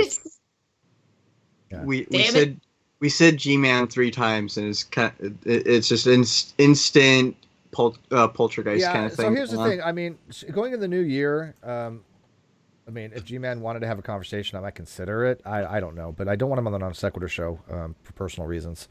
It was a promise we made, and I don't want to break that promise, even though Kyle already did. So technically, that's already been broken. Are you asking to make a new promise with me and Boole then? Well, what do you guys think about it? I'll just tell you guys. I don't give a shit. You don't give it. All right, so we have one don't give a shit. Me, I'm still evaluating on it. I'm not gonna say I don't give a shit because that would be atheism. I'm agnostic right now. Bull, what do you say? Bull counts as 2 votes, by the way. If you ever have G-Man on, I would love to debate G-Man on biblical history. Really? I would love to watch that. I'm not gonna lie. I changed my vote. I will allow one time where I actually will care to allow this to happen. All right. Well, let me throw this out. And there. that's it. I know the reasons why we won't have G-Man on. I do know there are really really personal reasons. Okay. And those personal reasons is dealing with something that I don't really wish to talk about. And I think, though, the reasons why I wouldn't have him on, since one, he's already been on, and two, I think the reasons are I could probably think that maybe there might be more to it to allow him on. So I don't know. I would have to personally talk about it with Bull, because Bull would be the only reason why, and maybe Chesh would know, but they would be very few to know why we don't have G-Man on. And we would have to discuss it as a group. Because I don't think a lot of people know why. If you guys decided not to have him on, I think that's fine. But I also think that seeing Chris decimate G-Man, that would be a really good debate. So maybe we can find another place to host it at some point. No, we would have to have it on the I don't mind. It would be on the Non Sequitur show. We'll consider that, Chris. How about that?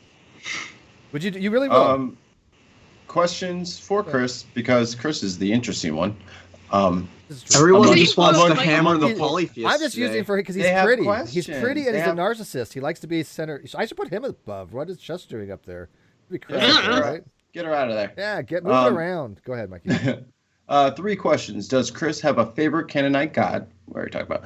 Which one is the most interesting to read about? Which one seems to help him the most outside of text? So I do play a little bit of favoritism with the gods. The ones that I am I show particular favoritism to in my worship are El, Asherah, Kothar, Wahasis, and Othtar. Names I can't pronounce. I'd make a shitty worshiper of those gods. I can't even say their names. The one that I study the most and I worship the most is El. El is also tends to be the most benevolent of all the deities. I think Cheshire is more benevolent than them. On a good day. Because on a bad day, no. That very much depends on the day, because Chesh and I talked about a lot to do with Kyle back. I'm sure you did. All right, I got a question for me, and we got a super chat. Read the super chat first, and the question to me. Super chat, Fleshaga. What is that? What money is that? Sex. They did a sex dance. They're sexing. Chesh, do you have any vids of your drawings? Like, do you do circle heads and then details? Yeah, that's what my channel is. So just go to Chesh's channel and you can see those things today. Link You don't even have to wait. The whole thing. Yeah. All right, can you read the question to me from Dark Startia? Oh, wait. Where's that?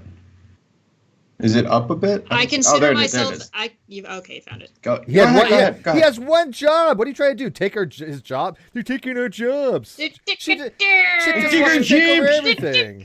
You know, Goddamn Canadians. Go ahead, Mikey. Question, I consider myself an atheist, but I've said that atheism is not a valid position. Do you guys agree or not? Why would it not be a valid position? It's a position on a proposition. Any position on proposition is valid if you can argue for it. If you mean justified, if you're an atheist and you believe that no gods exist and you're justified, it's valid. I don't see any reason why what would it even mean to be an invalid position. Yeah, I mean, I know plenty of atheists I think have justified their position as an atheist. And I know plenty of agnostics that have, and I know plenty of theists that have. Oh, Dark Star TLA. Okay. By the way, Dark Star was a great movie.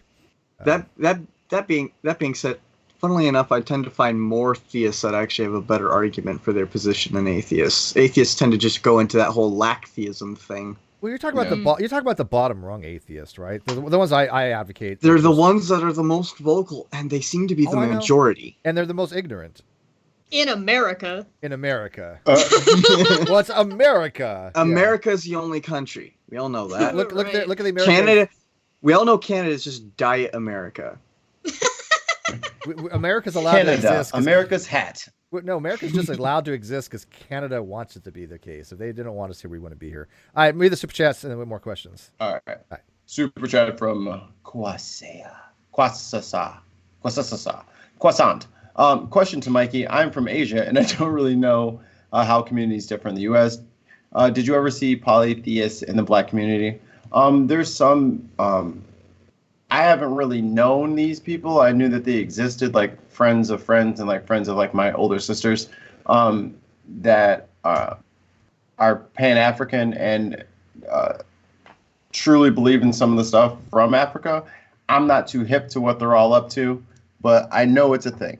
Like there are several gods, but most African religions, there's not so much deities, and it's more or less just like worship of your ancestors and shit like that. It's ancestral relationships and spiritualism, right? Yeah. All right, next super chat. Flashaga 56. Show feet, Steve. Now. That's actually against YouTube policy. No, wait, what? I think it's against YouTube policy to actually pay to show certain things like body, like feet or something. I don't know, maybe not, but I'm going to say it anyway. So you're saying that if I showed my feet right now, yeah, you can, because they didn't ask you. They didn't ask you. Yeah, it's just I can't show my feet right now. I haven't washed the Cheeto dust off them yet. Yeah. Gross. Yeah. Well, she's going to be doing that on Chatterbait, I guess, or something. I don't know. I mean, Cheeto bait. Yeah. George just nailed it. Canada, America's foreskin. I couldn't even show you my feet if I wanted to. There's no possible way. I can never stretch like that. It would be impossible at this moment to show feet. So, yeah, Vegan Gaines does. Yeah, Vegan, she's got nice feet. Vegan's got nice everything. Right? We love Vegan. Vegan knows it. Is that Coral Vegan or is that someone else? No. Oh, no. I meant Vegan Atheist. I don't know who Vegan Gaze is. I don't know what that is. Yeah, I meant Vegan Atheist. I don't know who Vegan Gaines is. Sorry. Ron Vegan. Another super chat. Stupid whore energy for $2 American bucks. Why did Baal let the Carthaginian religion die? So actually, the Carthaginians weren't really worshiping Baal. They were worshiping Baal Haman and Tanit. And Tanit is a different goddess we don't know from where. Baal Haman is likely the god El. And they let them die because the Canaanite gods have shit to do. Yeah, bicker with each other. They have better things than to deal with your petty problems all the time. Vegan Gaines is a guy. Like I said, I don't even know who Vegan Gaines is. Vegan Gaines is a piece of shit human being that once filmed his grandfather having a heart attack as proof of what happens to meat eaters. Wow, that's actually pretty bad, actually. Yeah. I don't never heard of him. Again, we're going to kind of distance ourselves from shitty people going into 2020. And by the way, there's a lot of shitty people out there, unfortunately, that they want to be shitty. I think shittyism is by choice. That's my new model. Shittyism is a choice. Who said that? Nobody said that. I said that. Shittyism is a choice. No. Question for Chris. Does El come from the Sumerian gods? No. The Sumerian gods and the Sumerian religion developed independently. The god El is part of the Semitic pantheon, and the Semitic pantheon likely developed in northern Africa and then spread outwards and evolved accordingly. The Sumerian pantheon and Sumerian language and all of that developed on their own as an isolate in Mesopotamia. They only became related later when the Akkadian-speaking Semitic people ended up conflating the Semitic and Sumerian pantheons together.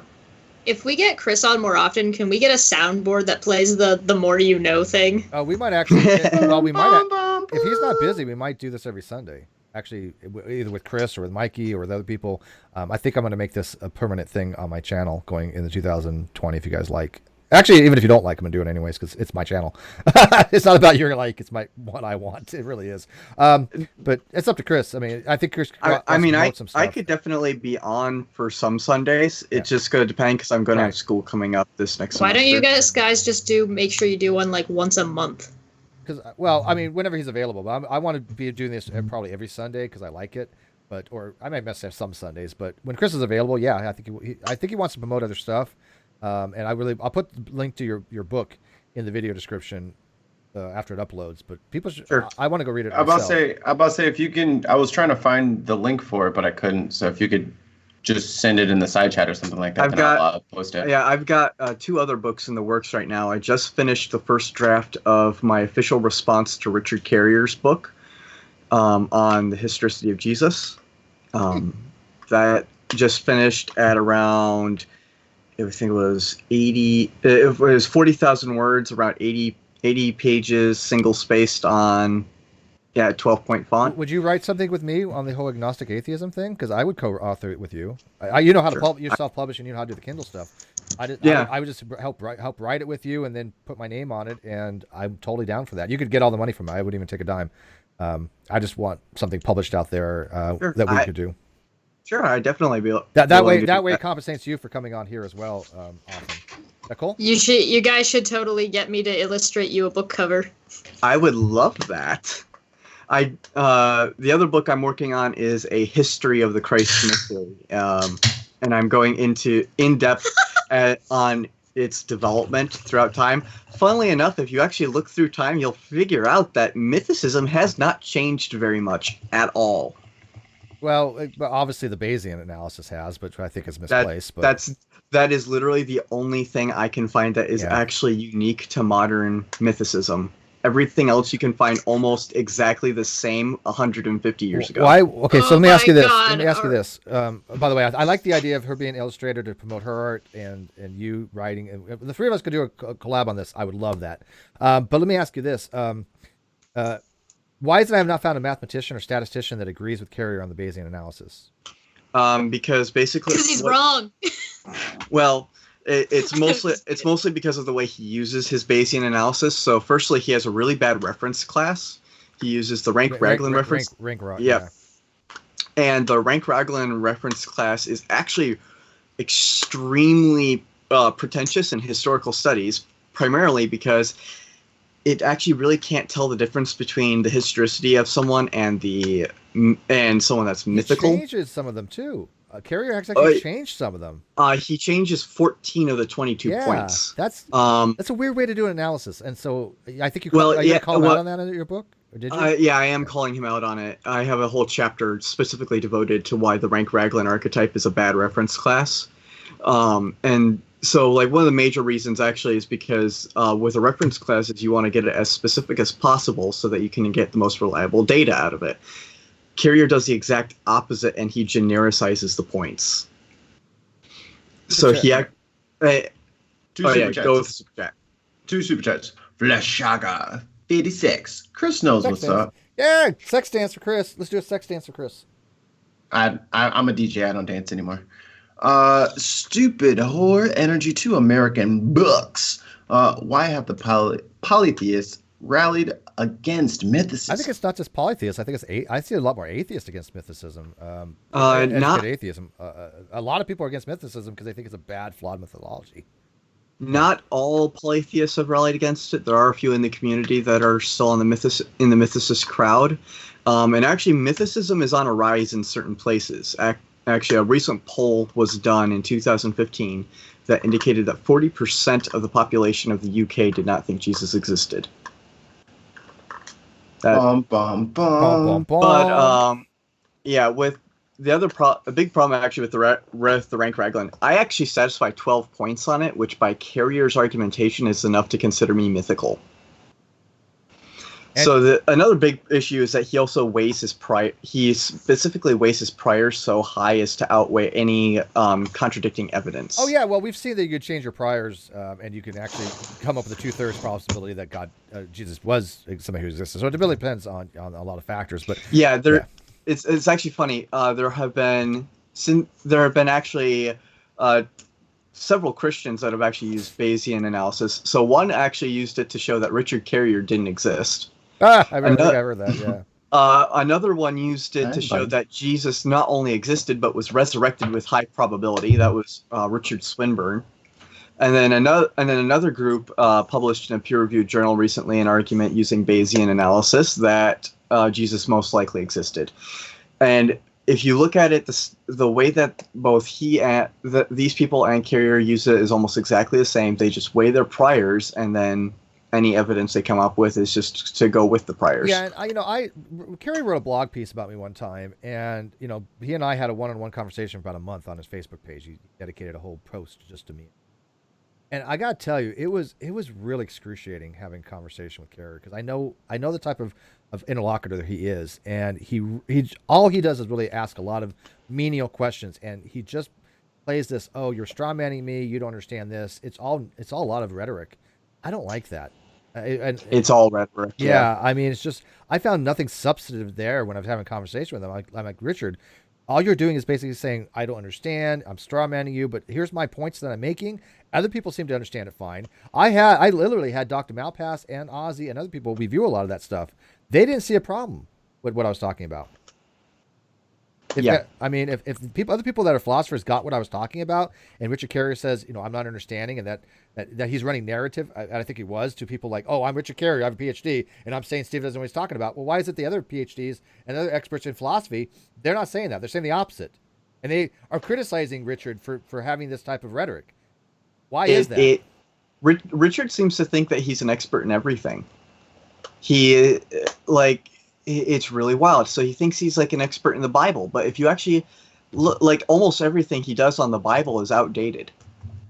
Almost all of his research on it is ridiculously outdated. Somebody mentioned that because Andrew said the same thing. Andrew T says, how dare you criticize our Lord and Savior? Don't you know Richard Carrier is a physicist, mathematician, biologist, chemist, psychologist, and sociologist, and a narcissist? It's insane though. So one thing I noted in my study was that he was one thing he likes to argue against to argue Jesus didn't exist was he goes on a trope that was common in scholarship, that 1 Thessalonians 2:14-16 is an interpolation into the text. It's not originally Pauline. The problem is that it's completely outdated scholarship because the last 10 major monographs I've read on it all argue in favor of its authenticity. There are only 3 commentaries in the English language that have been published since 1980 that have argued it was an interpolation. Almost every single commentary in existence argues it's authentic. So he's completely outdated on the scholarship. And notice it's the same thing when he argues in 1 Corinthians 2:3-6 that the archons are demons. That was a thing in previous scholarship, but every single critical commentary, every single one since 1970 has argued that they had to be humans because there's no linguistic basis for considering them demons. There you go. Mikey? Super chat. Croissant. Then can we consider Doc Carrier the T-jump of biblical history. I don't know, but I gotta tell you, I kind of miss bagging on T-Jump a little bit. I kind of do. I mean, I gotta tell you that guy is one of the worst philosophers dudes I've ever heard in my entire freaking life. Anybody who thinks T-Jump knows philosophy, please talk to me, because the guy doesn't. He just flat out does not. I mean, I can tell you right now, I know actual PhDs in philosophy that can't stand Tom Jump's philosophy. They're like, this guy for real? Did you guys ever watch? Did you guys watch T-Jump and Darwin's Deity? Oh my God, it was hilarious. And then he's talking to Dr. Malpass, and Dr. Malpass is just like slapping us, just going like this, you know. Oh my God, yeah. Face palm protection. Oh, Tom Jump, I will not give up on Tom Jump next year. We're gonna be. I'm sure he's going to say some very stupid stuff, and I will be there for it, because my God. He's definitely going to be saying stupid stuff, because he's supposed to be a part of like a.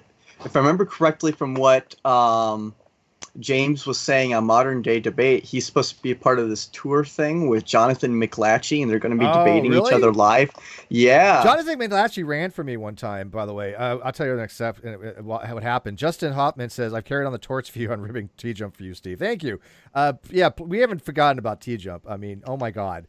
But yeah, Jonathan McLatchy, we reached out for Jonathan McLatchy because he said a lot of stuff that we biologists disagree with. I mean, he thought you could actually, you guys are probably not going to remember this, but at one time he said that you can actually restore the Gulop pseudogene, which is broken in many places and missing the promoter region in vitro. But he was going to try to actually say that you can actually restore that gene. But the problem is you need a transcript for that gene, and there's no promoter region to have a transcript.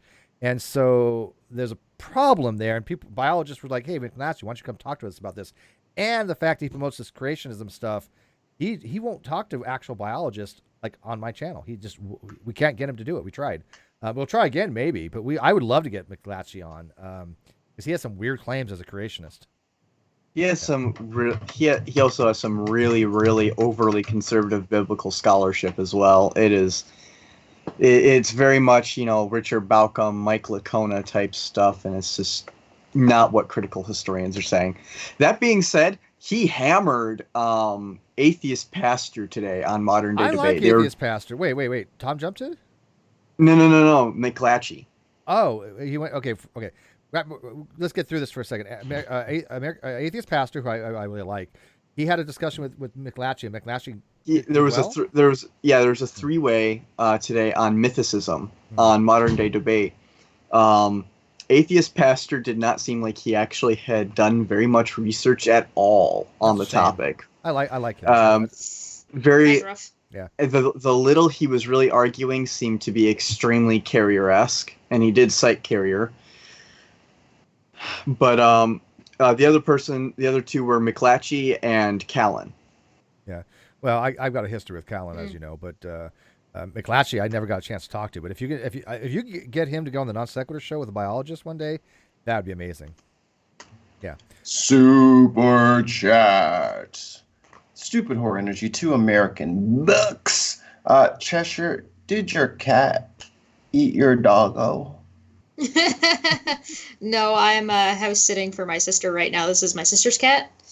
Her name is Goji, and she's super snuggly, but Puck is staying where I'm staying. I'm just not staying there right this second. That's not your sister's name. I know your sister's name. Oh, the cat. No, okay. No, the cat's name is Goji. Fucking nut. We'll get your sister back, trust me. Danielle Cooper. Oh, all right.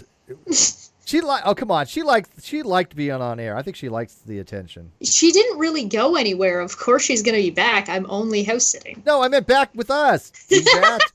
Oh yeah, I mean like you and the cat name? Yeah. Danielle Cooper, that's just T-Jump being T-Jump, exactly. T-Jump will not be a Dumb Fuck of the Year next year. I think there's many other people more deserving, but he'll have an honorable mention this year. I guarantee it.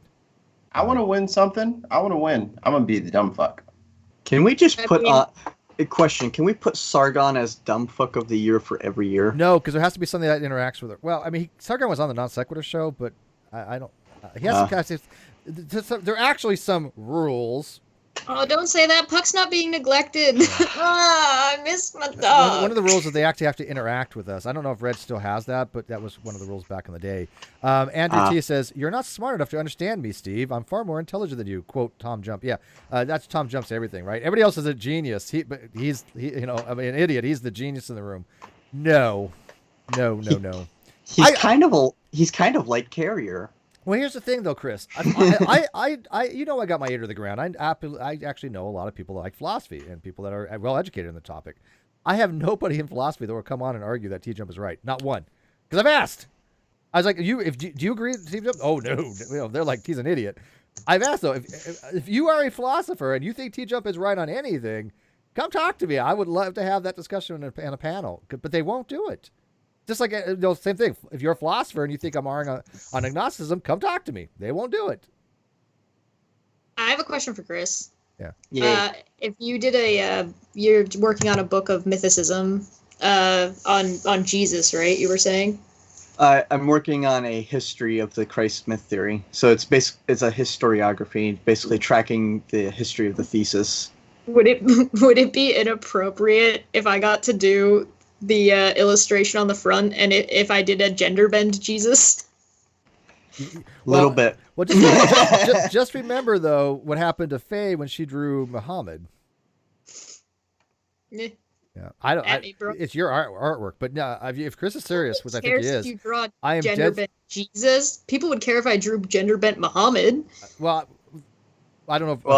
I don't know how Jesus relates to the whole atheism, agnosticism thing. But if you want to do something for the artwork, let's talk about this when I get back from vacation, because I would love to write something with Chris. I'd be honored to.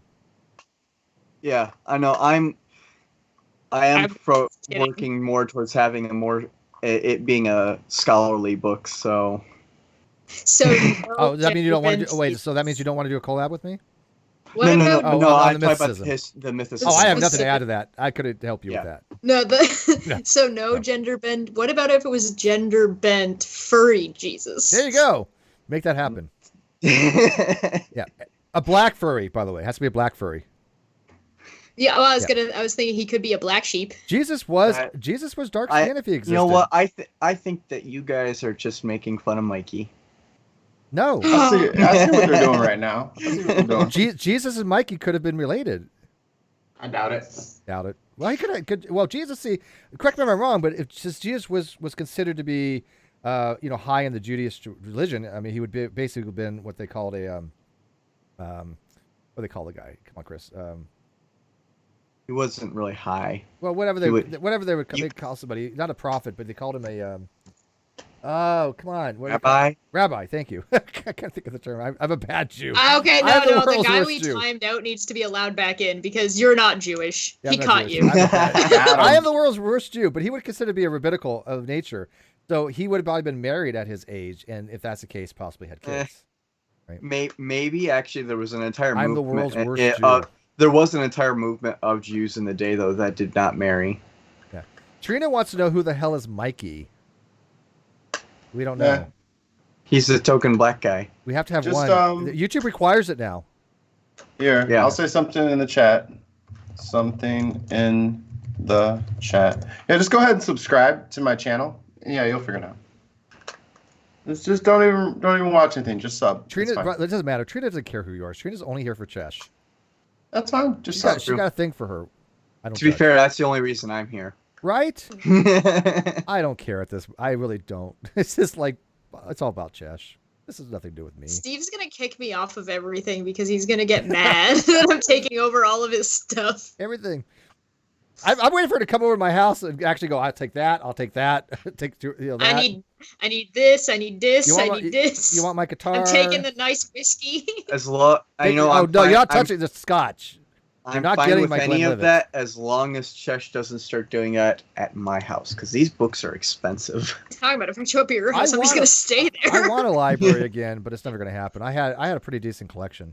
My sister she had a collection of books too, because she was working on her PhD in education in English, and she had quite a collection of like Ogden Nash original books, or some like not first editions, but like old Ogden Nash and. Really into who was the other person? I don't know, but we had quite a library of classic books. I just recently got managed to get a first edition of Pilgrim's Progress. I used to have a book collection, but I lost it all. Did you read any of them? No. Yeah. I've read almost everything that I have here, so... Trina says, how do I subscribe? There's a button that says subscription. You already subscribed to me, So just click my name. Yeah, just click my name, The Deviants. Just click that. A book of my artwork? Oh. I guess I could do that. And by the way, she says she thinks about you before she goes to bed every night, Josh. Aww. Nice. That's lovely. A sweetheart. Nice. Trina's amazing. I think she's about her awesome. too. Everybody thinks about Trina. Why wouldn't you think about Trina? Should we think about Trina all? We could make Trina like our worship deity. Could we? I was actually watching her stuff before bed last night, so that's not even a lie. Yeah, I watched something of her too, but the only reason I watched Trina because she hasn't figured out that I've got hidden cameras in her room yet. That's the only reason why. When she discovers those, then I probably won't watch her anymore. But hashtag voyeurism jokes. Hashtag Hey. creepy. Should we make her? Should we have a pantheon? We could make a pantheon one of next year. She could be like one of the pantheon queens or gods or whatever the hell they are. Which would she be like a good trickster jester type? No, god? she's really shy. Mischievous? Yeah, she's a lot more. You can be shy and still be mischievous. Those things are not mutually exclusive. Oh my God, Trina! All you do is click on his name, say go to channel, and you go to his channel, hit the subscribe button. Do you want me to do it for you? It's super easy. Okay, you see the 3 little dots when you hover over somebody's name? Click the 3 little dots. Yeah, and it says it's on the go right-hand to side channel. of the chat. Yeah. Click go to channel. Then go find the subscribe button on the This channel. is when we all say, "Thank God you're pretty." I will put the link in the description. I love Tina. I really do. God, she's amazing. All right, so there. That's the link to his channel. Go subscribe. There you go, right there. Tina could be like the community mascot. Yeah, she's got the whole cheerful thing. No, gamer chick, you can't be a mod. Mods people, there's reasons why I have certain people as mods. Thank you. Kawasa, super chat, Mikey. Croissant for 10,000 won. Then Chess can go to Chris's house, lay down Cheetos on the floor, put Chris's text on top of the Cheetos, and then step on them. Send out the ASMR, wash her feet, and then sell the feet water. What do you think she's got planned?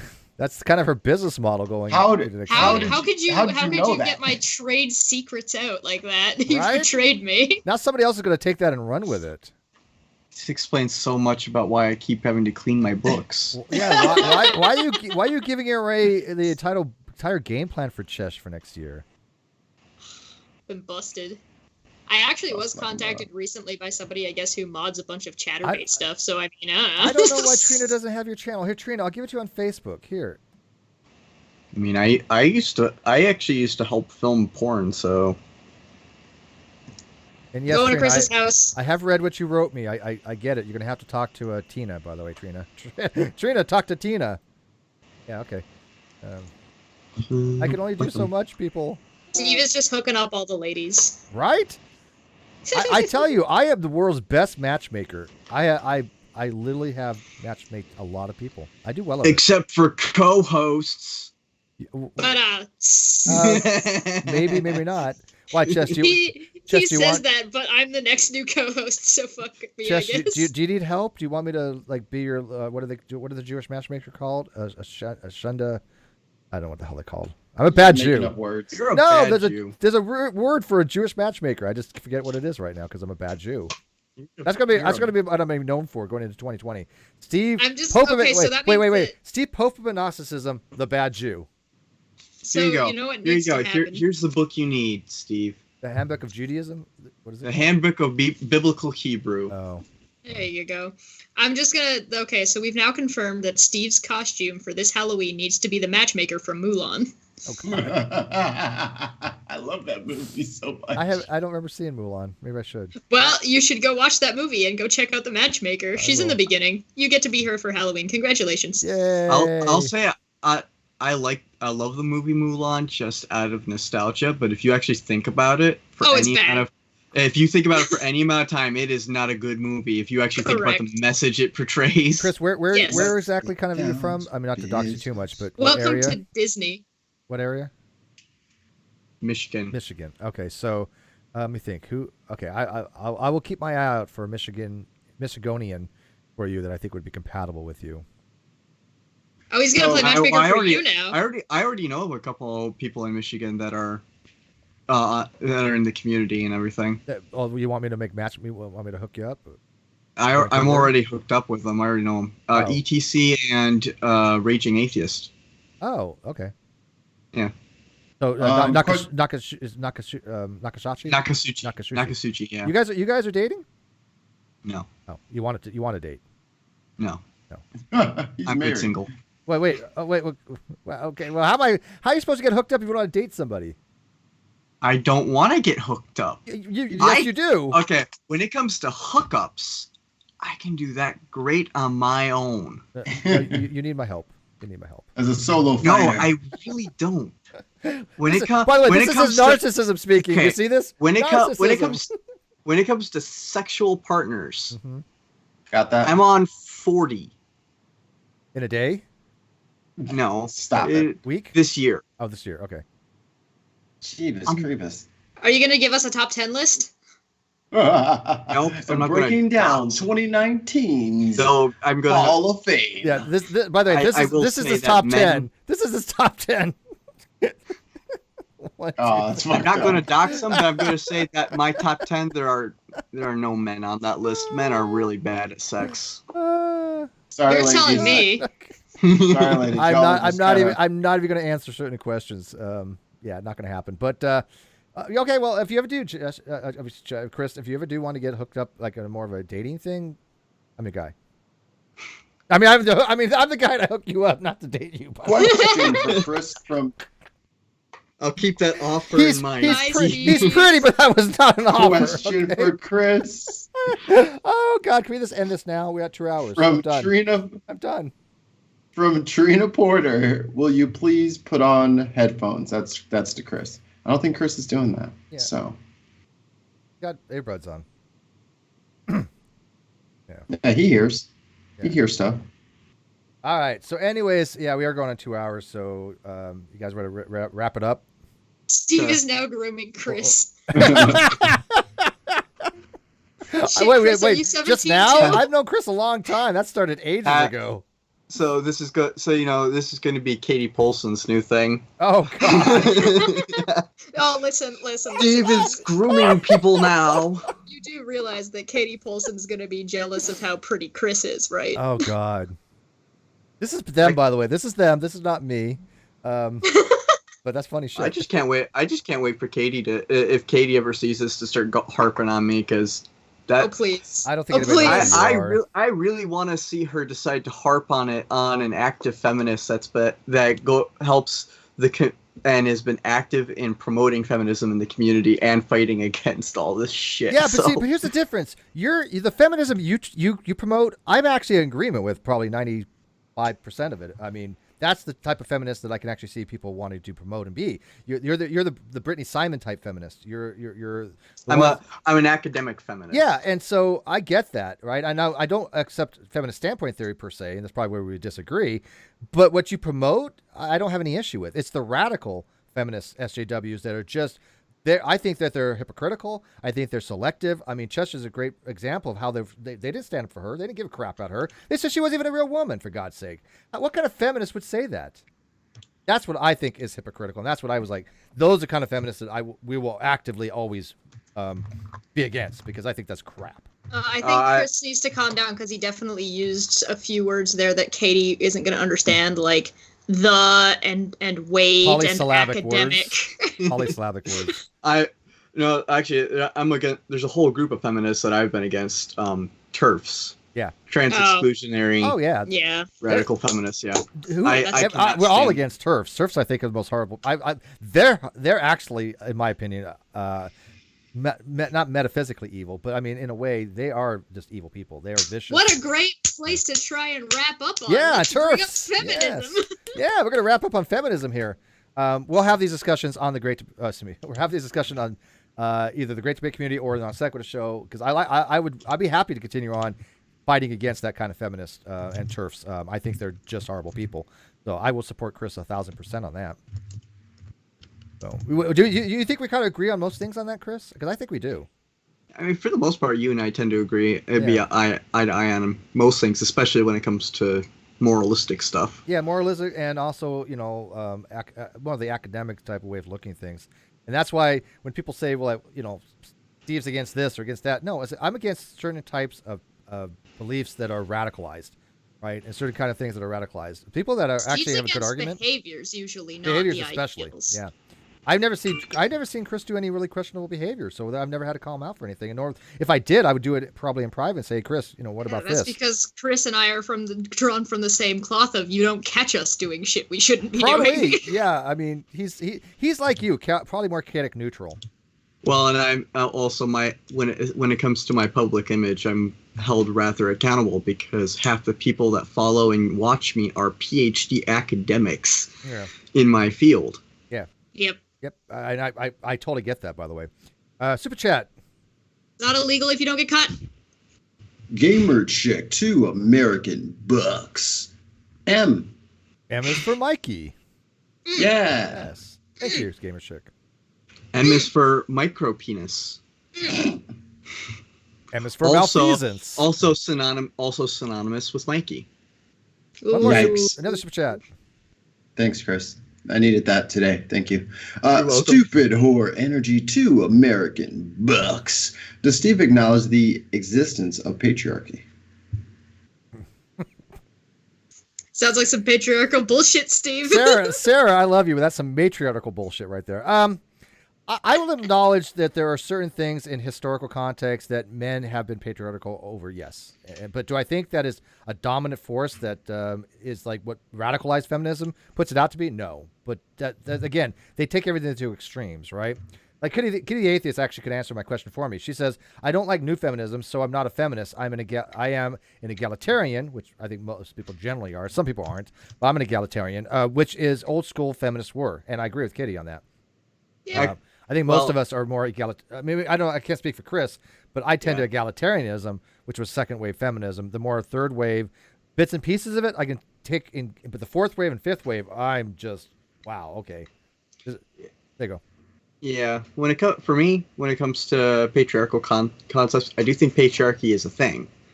I don't think that it is the way that many pop feminists today have described it as, like this thing that is a conscious endeavor, like where there's people, there are definitely actively people like incels that are, actual like trying to be actual patriarchs to an absurdly disgusting degree. I agree with you on that wholeheartly, actually. But when it comes to patriarchy in society, for me, I do not think that. My position is that there is a patriarchal core to a lot of our society because it was founded by men with male ideals, and we have a tendency to like to hold on to our older traditions, especially in America. But I had a guy come to my page, and I've known the guy for a while, but I'm about ready to just get rid of him. But he's like, well, anybody who uses woke in the pejorative is not, is like Hitler, and I'm like, and that's what he said, like Nazis is what he said, and I'm like, are you kidding me? I was like, that's just bull crap. Don't even pull that nonsense with me. I'm like, I use woke pejoratively because I think the people that are in the woke group, I think they're hypocrites. I think they're all hypocrites. And so I do mock them because I can't stand the woke.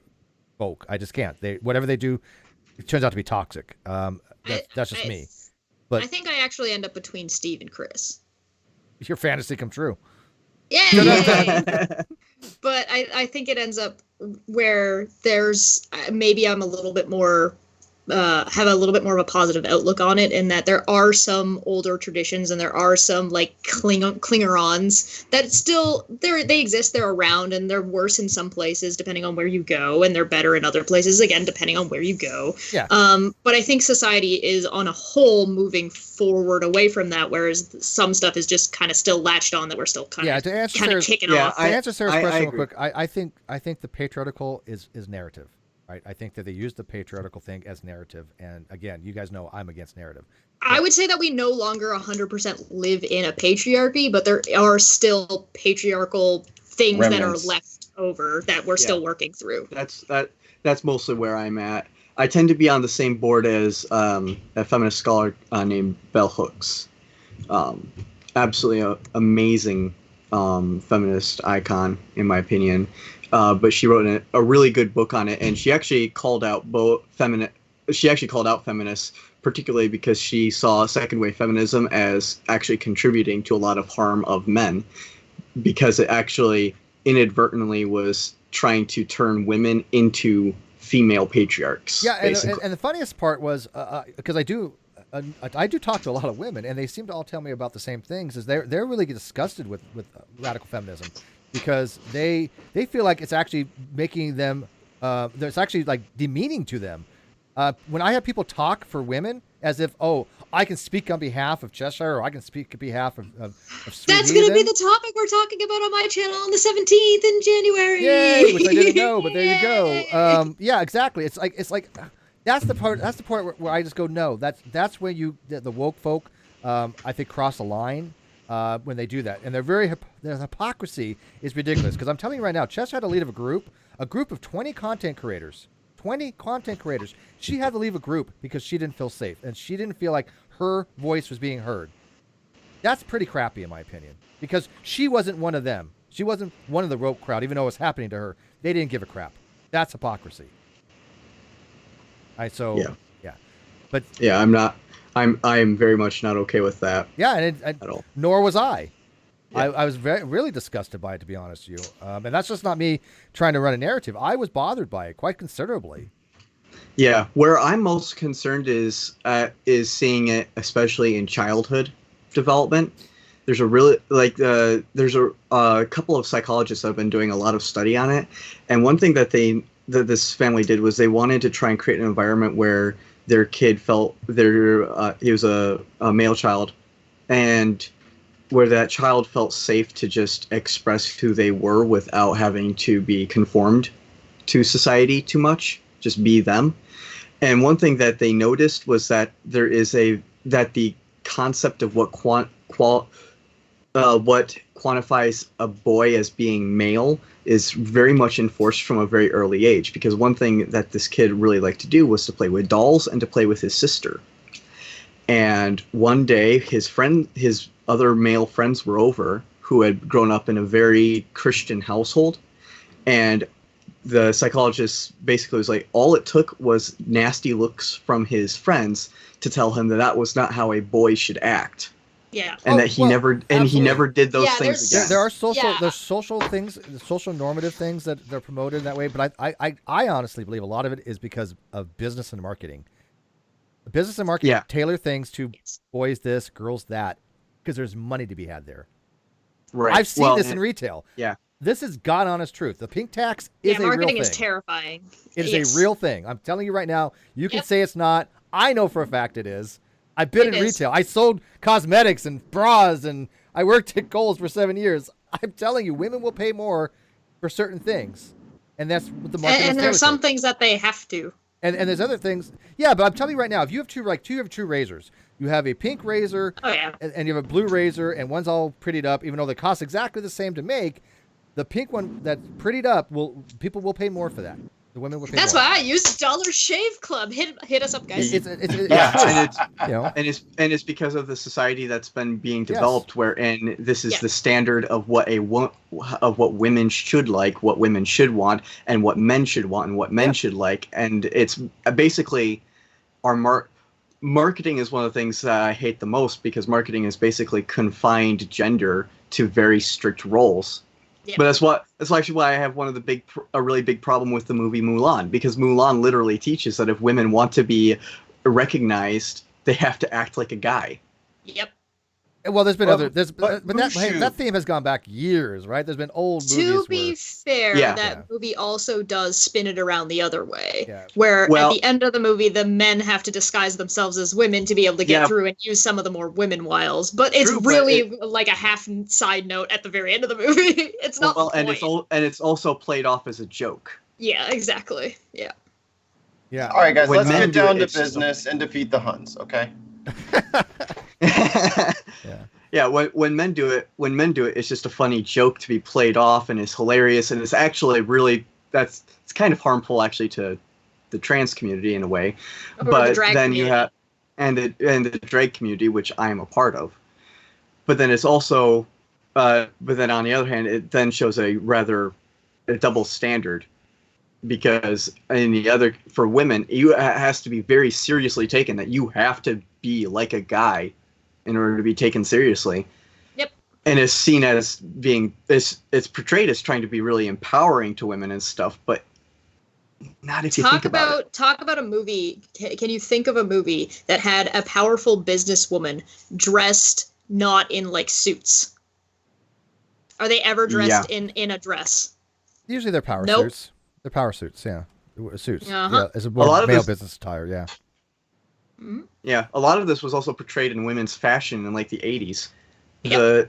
There was no fashion in the 80s. Don't go back to that. There was no fashion in the 80s. Shoulder padding. So bad. And then, but what was interesting was how guys' fashion went far more feminine. Leg warmers were a thing. Bell bottoms. No. Super chat. I'm telling you right now, the 80s fashion should never have happened. It was an abomination. Mikey, go ahead. Y'all had crack in the 80s. That's why y'all dressed like that. Not enough. Helios 575, 5 American bucks. For Chris and Mikey, how do you feel with how polytheism is depicted in literature like the Emberverse book series? Also, what type of polytheist are you? I think that's all for you, buddy. Yeah. How many people? We're going to ask the same question. But okay, go for it, Helios. Go ahead for Helios. We love Helios. I've never read that book series. Sometimes polytheism has been portrayed, in my opinion, rather well in fantasy literature. Some of my favorite portrayals of religion actually come out of the original Conan series. But then outside of that, there's not a whole lot of literature. Screw you. There's not a whole lot of literature I've read that really makes use of it. What was the other part? What kind of polytheist am I? I'm a Canaanite polytheist.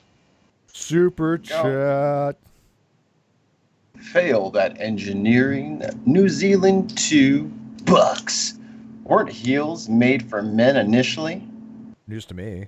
I have no idea. Yes, high heels were men's fashion originally, really? Specifically among royalty. Yeah. Yeah. To make them taller. Well, but it changed for women. Hey, look, I'm not going to say I've never worn high heels, but I got to tell you, I would never actually wear them out. I mean, oh my God, are those uncomfortable as hell?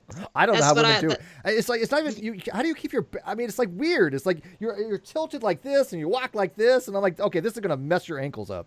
High heels changed when they started making them for women. Yeah. I like women in high heels, don't get me wrong, but I think I don't know how biologically how you even wear those things. I can't walk in them. I like high heels. Well, I know you do, but you've learned how to walk in them, I guess.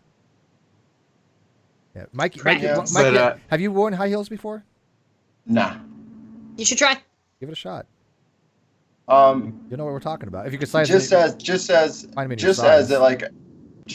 like a way of solidarity with an ex, she's like, "Go ahead, you try and walk in these damn things." I was like, "Yeah, throw it over here, throw it over to me." Foot not going in that thing. Yeah, I was gonna say, well, that wasn't happening. What is your foot size? I wear like an 11. That's what I wear. Yeah, it's not going to happen because women size 6. I can wear 9.5. Yeah, she's not going to wear size 11 in men's. I have really tiny and narrow feet, and I can wear a women's 6. Yeah, no goddamn way. I can't even fit into a 10.5 unless I really try. It's very uncomfortable. I prefer 11. I can wear an 11.5. So 11 to 11.5 is where my comfort zone is.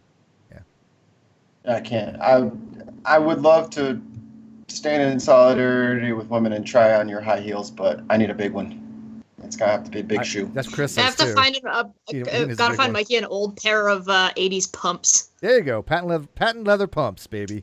Patent leather pumps. Yeah. He seems more like a Croc guy. Me? Do you wear Crocs? Ever tried a Croc? Hell no. I'm kidding, by the way. Damn Crocs. Yeah, That is Who wears Crocs? one of my best friends. He is the toughest dude you will ever fucking meet. Loves his fucking Crocs. Fucking bright orange. Never even That's worn one. shit. I've never worn That's a Croc. just shitty.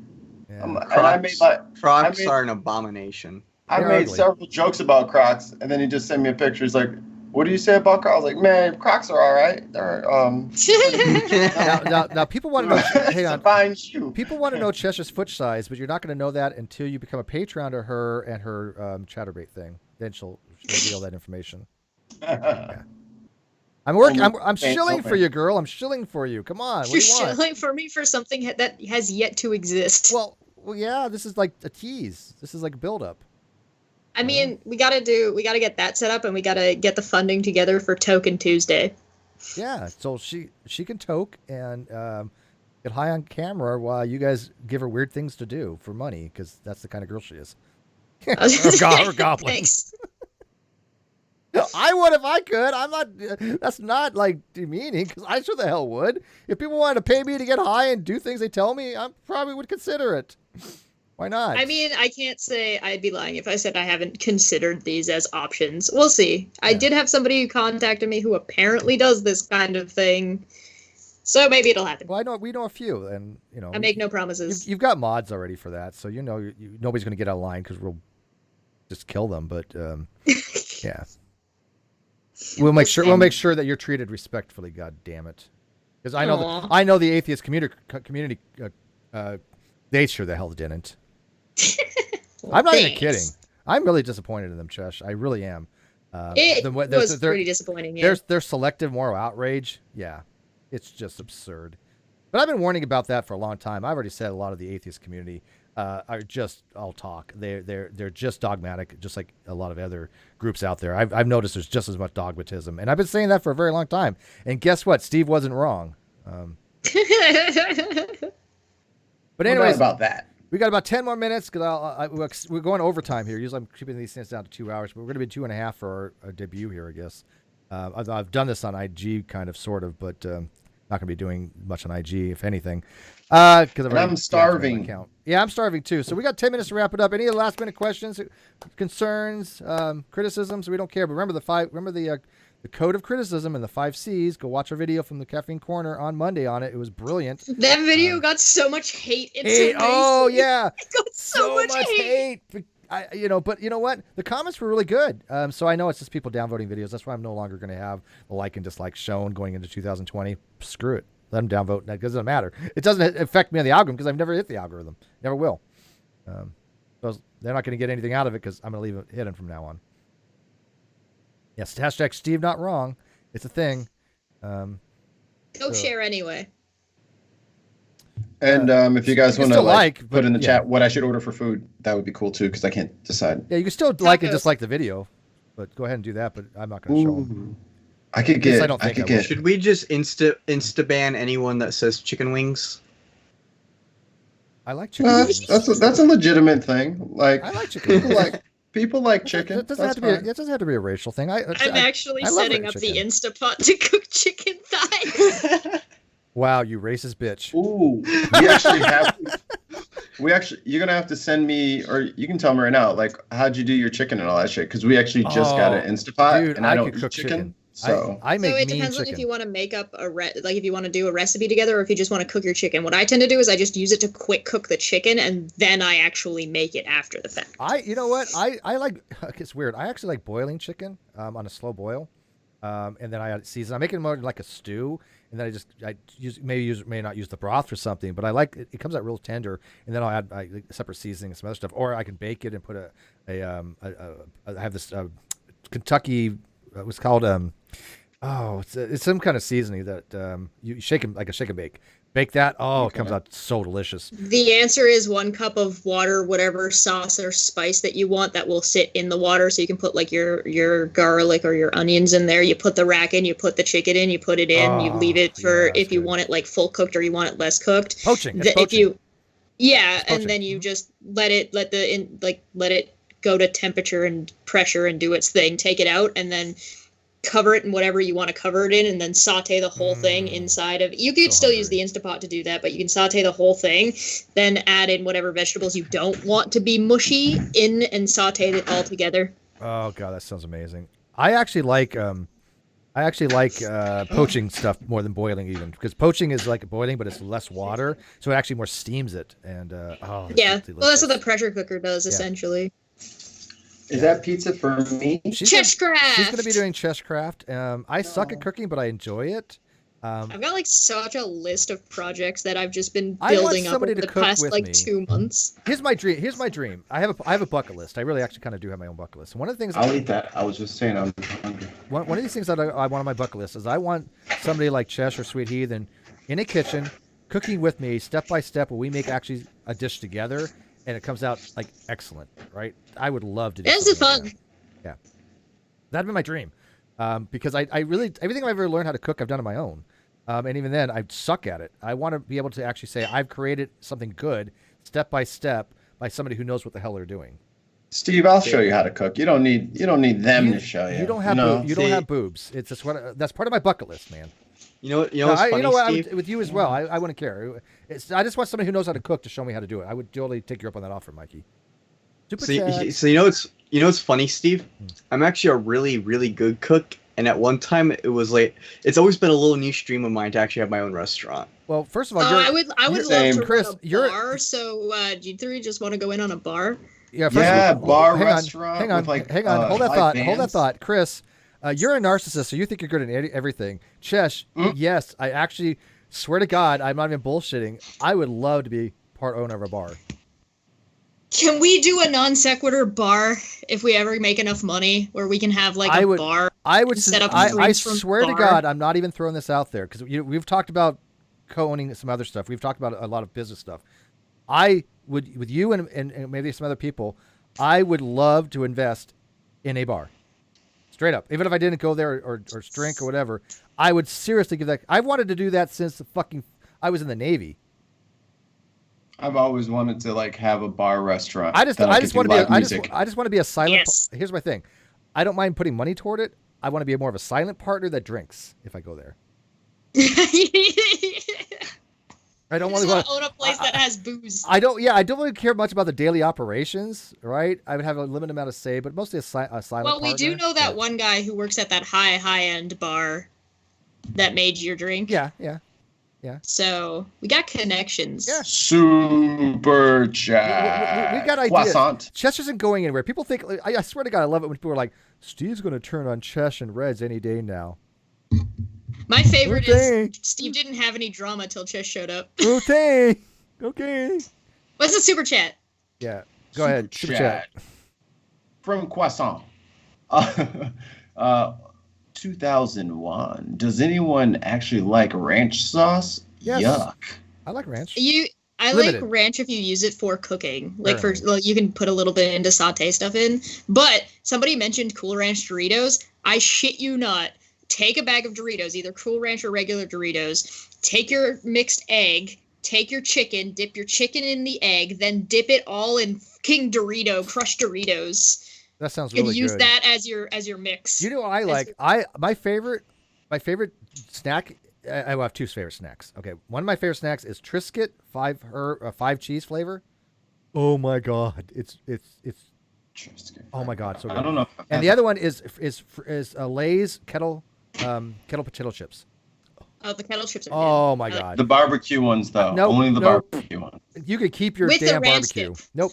Keep your barbecue, you heathen. I will eat the kettle deep fried or kettle fried. Oh, they're the best. They're amazing. All right, guys, go. Somebody set us up a go fund yourself non sequitur bar. Well, dude, and that's what we're gonna name it, the non sequitur bar. Yeah, I'm cool with that. I'm not talking shit here. Cheshire and I, we're with other people. We are considering a lot of our options here. We want a community place like that. That would be amazing. I didn't even think about a bar, but I like that idea. Stupid whore energy super chat. 2 American bucks. How do the gods justify their beliefs? Self-justification. Ask Darren Steedy. Their beliefs are self-justified. I don't know. I don't think they could. I think it would be a great. if God, like example, like if God says it to be the case, that's a grounding that we would be like, okay, well, God said so, like divine command theory, which I think falls under ethical subjectivism. But, yeah, would gods have to justify their beliefs, Chris? What do you think? I don't even know what the gods believe things in a comparable way to us. So, yeah, would they have more knowledge than belief, if knowledge is possible? Because you're a skeptic too, I think, aren't you? I'm skeptical on our ability to have knowledge. Yeah. So you're Pyrrhonian? I don't remember. Yeah, Pyrrhonian. Okay, I thought you were Pyrrhonian skeptic, but yeah. So he's like yeah. So that means his element is fire. He's a Pyrrhonian skeptic, and he actually thinks knowledge is not obtainable. Well, I'm agnostic on if knowledge is obtainable or not. Well, the Pyrrhonian. Okay. So yeah, so you're right. I'm Pyrrhonian. You're Academic Pyrrhonian. skeptic is that it's unattainable. Yeah, so the academic skeptic says that knowledge is unobtainable. The Pyrrhonian says, I don't know if knowledge is obtainable or not. There you go. Yeah. I knew that actually. I knew it. I knew that. And you're supposed to say, "Are you sure? How do you know that, Steve?" I hate it's actually funny because. It's funny because my mentor in biblical Hebrew, who's also a Methodist preacher, is also a Pyrrhonian skeptic. Oh my God. Oh. I would have picked up on your joke there, Steve, but I was too distracted by True Tech in the chat talking about having Cool Ranch flavored toothpaste. Oh no! No, toothpaste is not meant to be food flavored. What the hell's wrong with you? I don't know. I had some nasty ass cinnamon toothpaste not too long ago. That shit was gross. Colgate. You may as well make the toothpaste orange juice, you dicks. Yeah, no. Never mix toothpaste and orange juice. That's just gross. So I've never had a problem with that. You're weird. I haven't either, but kind of make the point. All right, guys. Guayasa says, hold on. Guayasa says, so you make a bar. The customers have to debate Steve and win to get a drink. Chesh does Cheeto stomp shows on stage. Mikey does the DJ. Bull takes care of the machinery, and Chris seduces people. I'm telling you, we got a game plan. Chris is the chef. He's the seductive chef in the back. Yeah. Who's the bartender again? We have one? None. There's just like a big bucket of beer that people can just dip their tankard into. No, all you do is you sit there and you believe that you have a drink in front of you. It's just gonna be a case of the double dipping Seinfeld episode over again, but with beer. With beer. Oh, double dip beer. There should absolutely be a night, like once, like every like quarter or something, where we have a night where if you get to come in to the bar, you get to debate Steve in a line, you get to bring the topic, and if he wins, you buy him a drink. You pay. Yeah. But if Steve loses and you win, you get a free drink. I don't think I'm down for that. But we could work something out. Funny. Well, if you're not going to be slinging drinks, Steve. I don't make drinks. It needs to be. For it. You have to debate Steve jump. Teach him bartending. No, never gonna happen. Never. No. Here's another idea. God, you have to formulate an argument against Steve, but there has to be as many non sequiturs as possible. Oh God, I have to catch every non sec. No. Last super chat, then we do got to call it a night, guys. We gotta eat. Moon. I love 2 you, Moon. American bucks. Moon. Chesscraft soon, please. All right. Guess we'll make it happen. I'll set it up for the new year. We'll be ready to go. I'll probably do poached eggs. Is that going to be on your channel or the Great Debate Community channel? This channel? I don't care what you put it. I'm just curious. I don't know. Do I need to do one while you're gone at Texas? Because that's the reason we did it last. That's right. Yeah. So how about we do this? When I'm on vacation or unavailable, you do it on my channel. Then normally you do it on yours. That way people can drive to your channel. Normally. Yeah. There's no normally for Chesscraft. There's been one Chesscraft so far. There's going to be a Chesscraft every time Stevie's traveling. Yeah, she's got control of my channel. How do you like that? And by the way, just FYI, I took all the managers off the Great Debate Community channel, all of them, including Bull, including Chesh. They're all gone.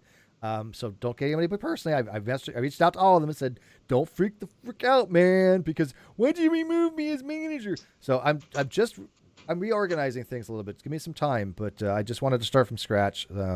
So I've taken back control over that. But anyways, guys, this was fun. We're going to be doing this every Sunday, I think. I don't know who we're going to have on, whoever's available. Mikey, Chris, Chash, it doesn't matter.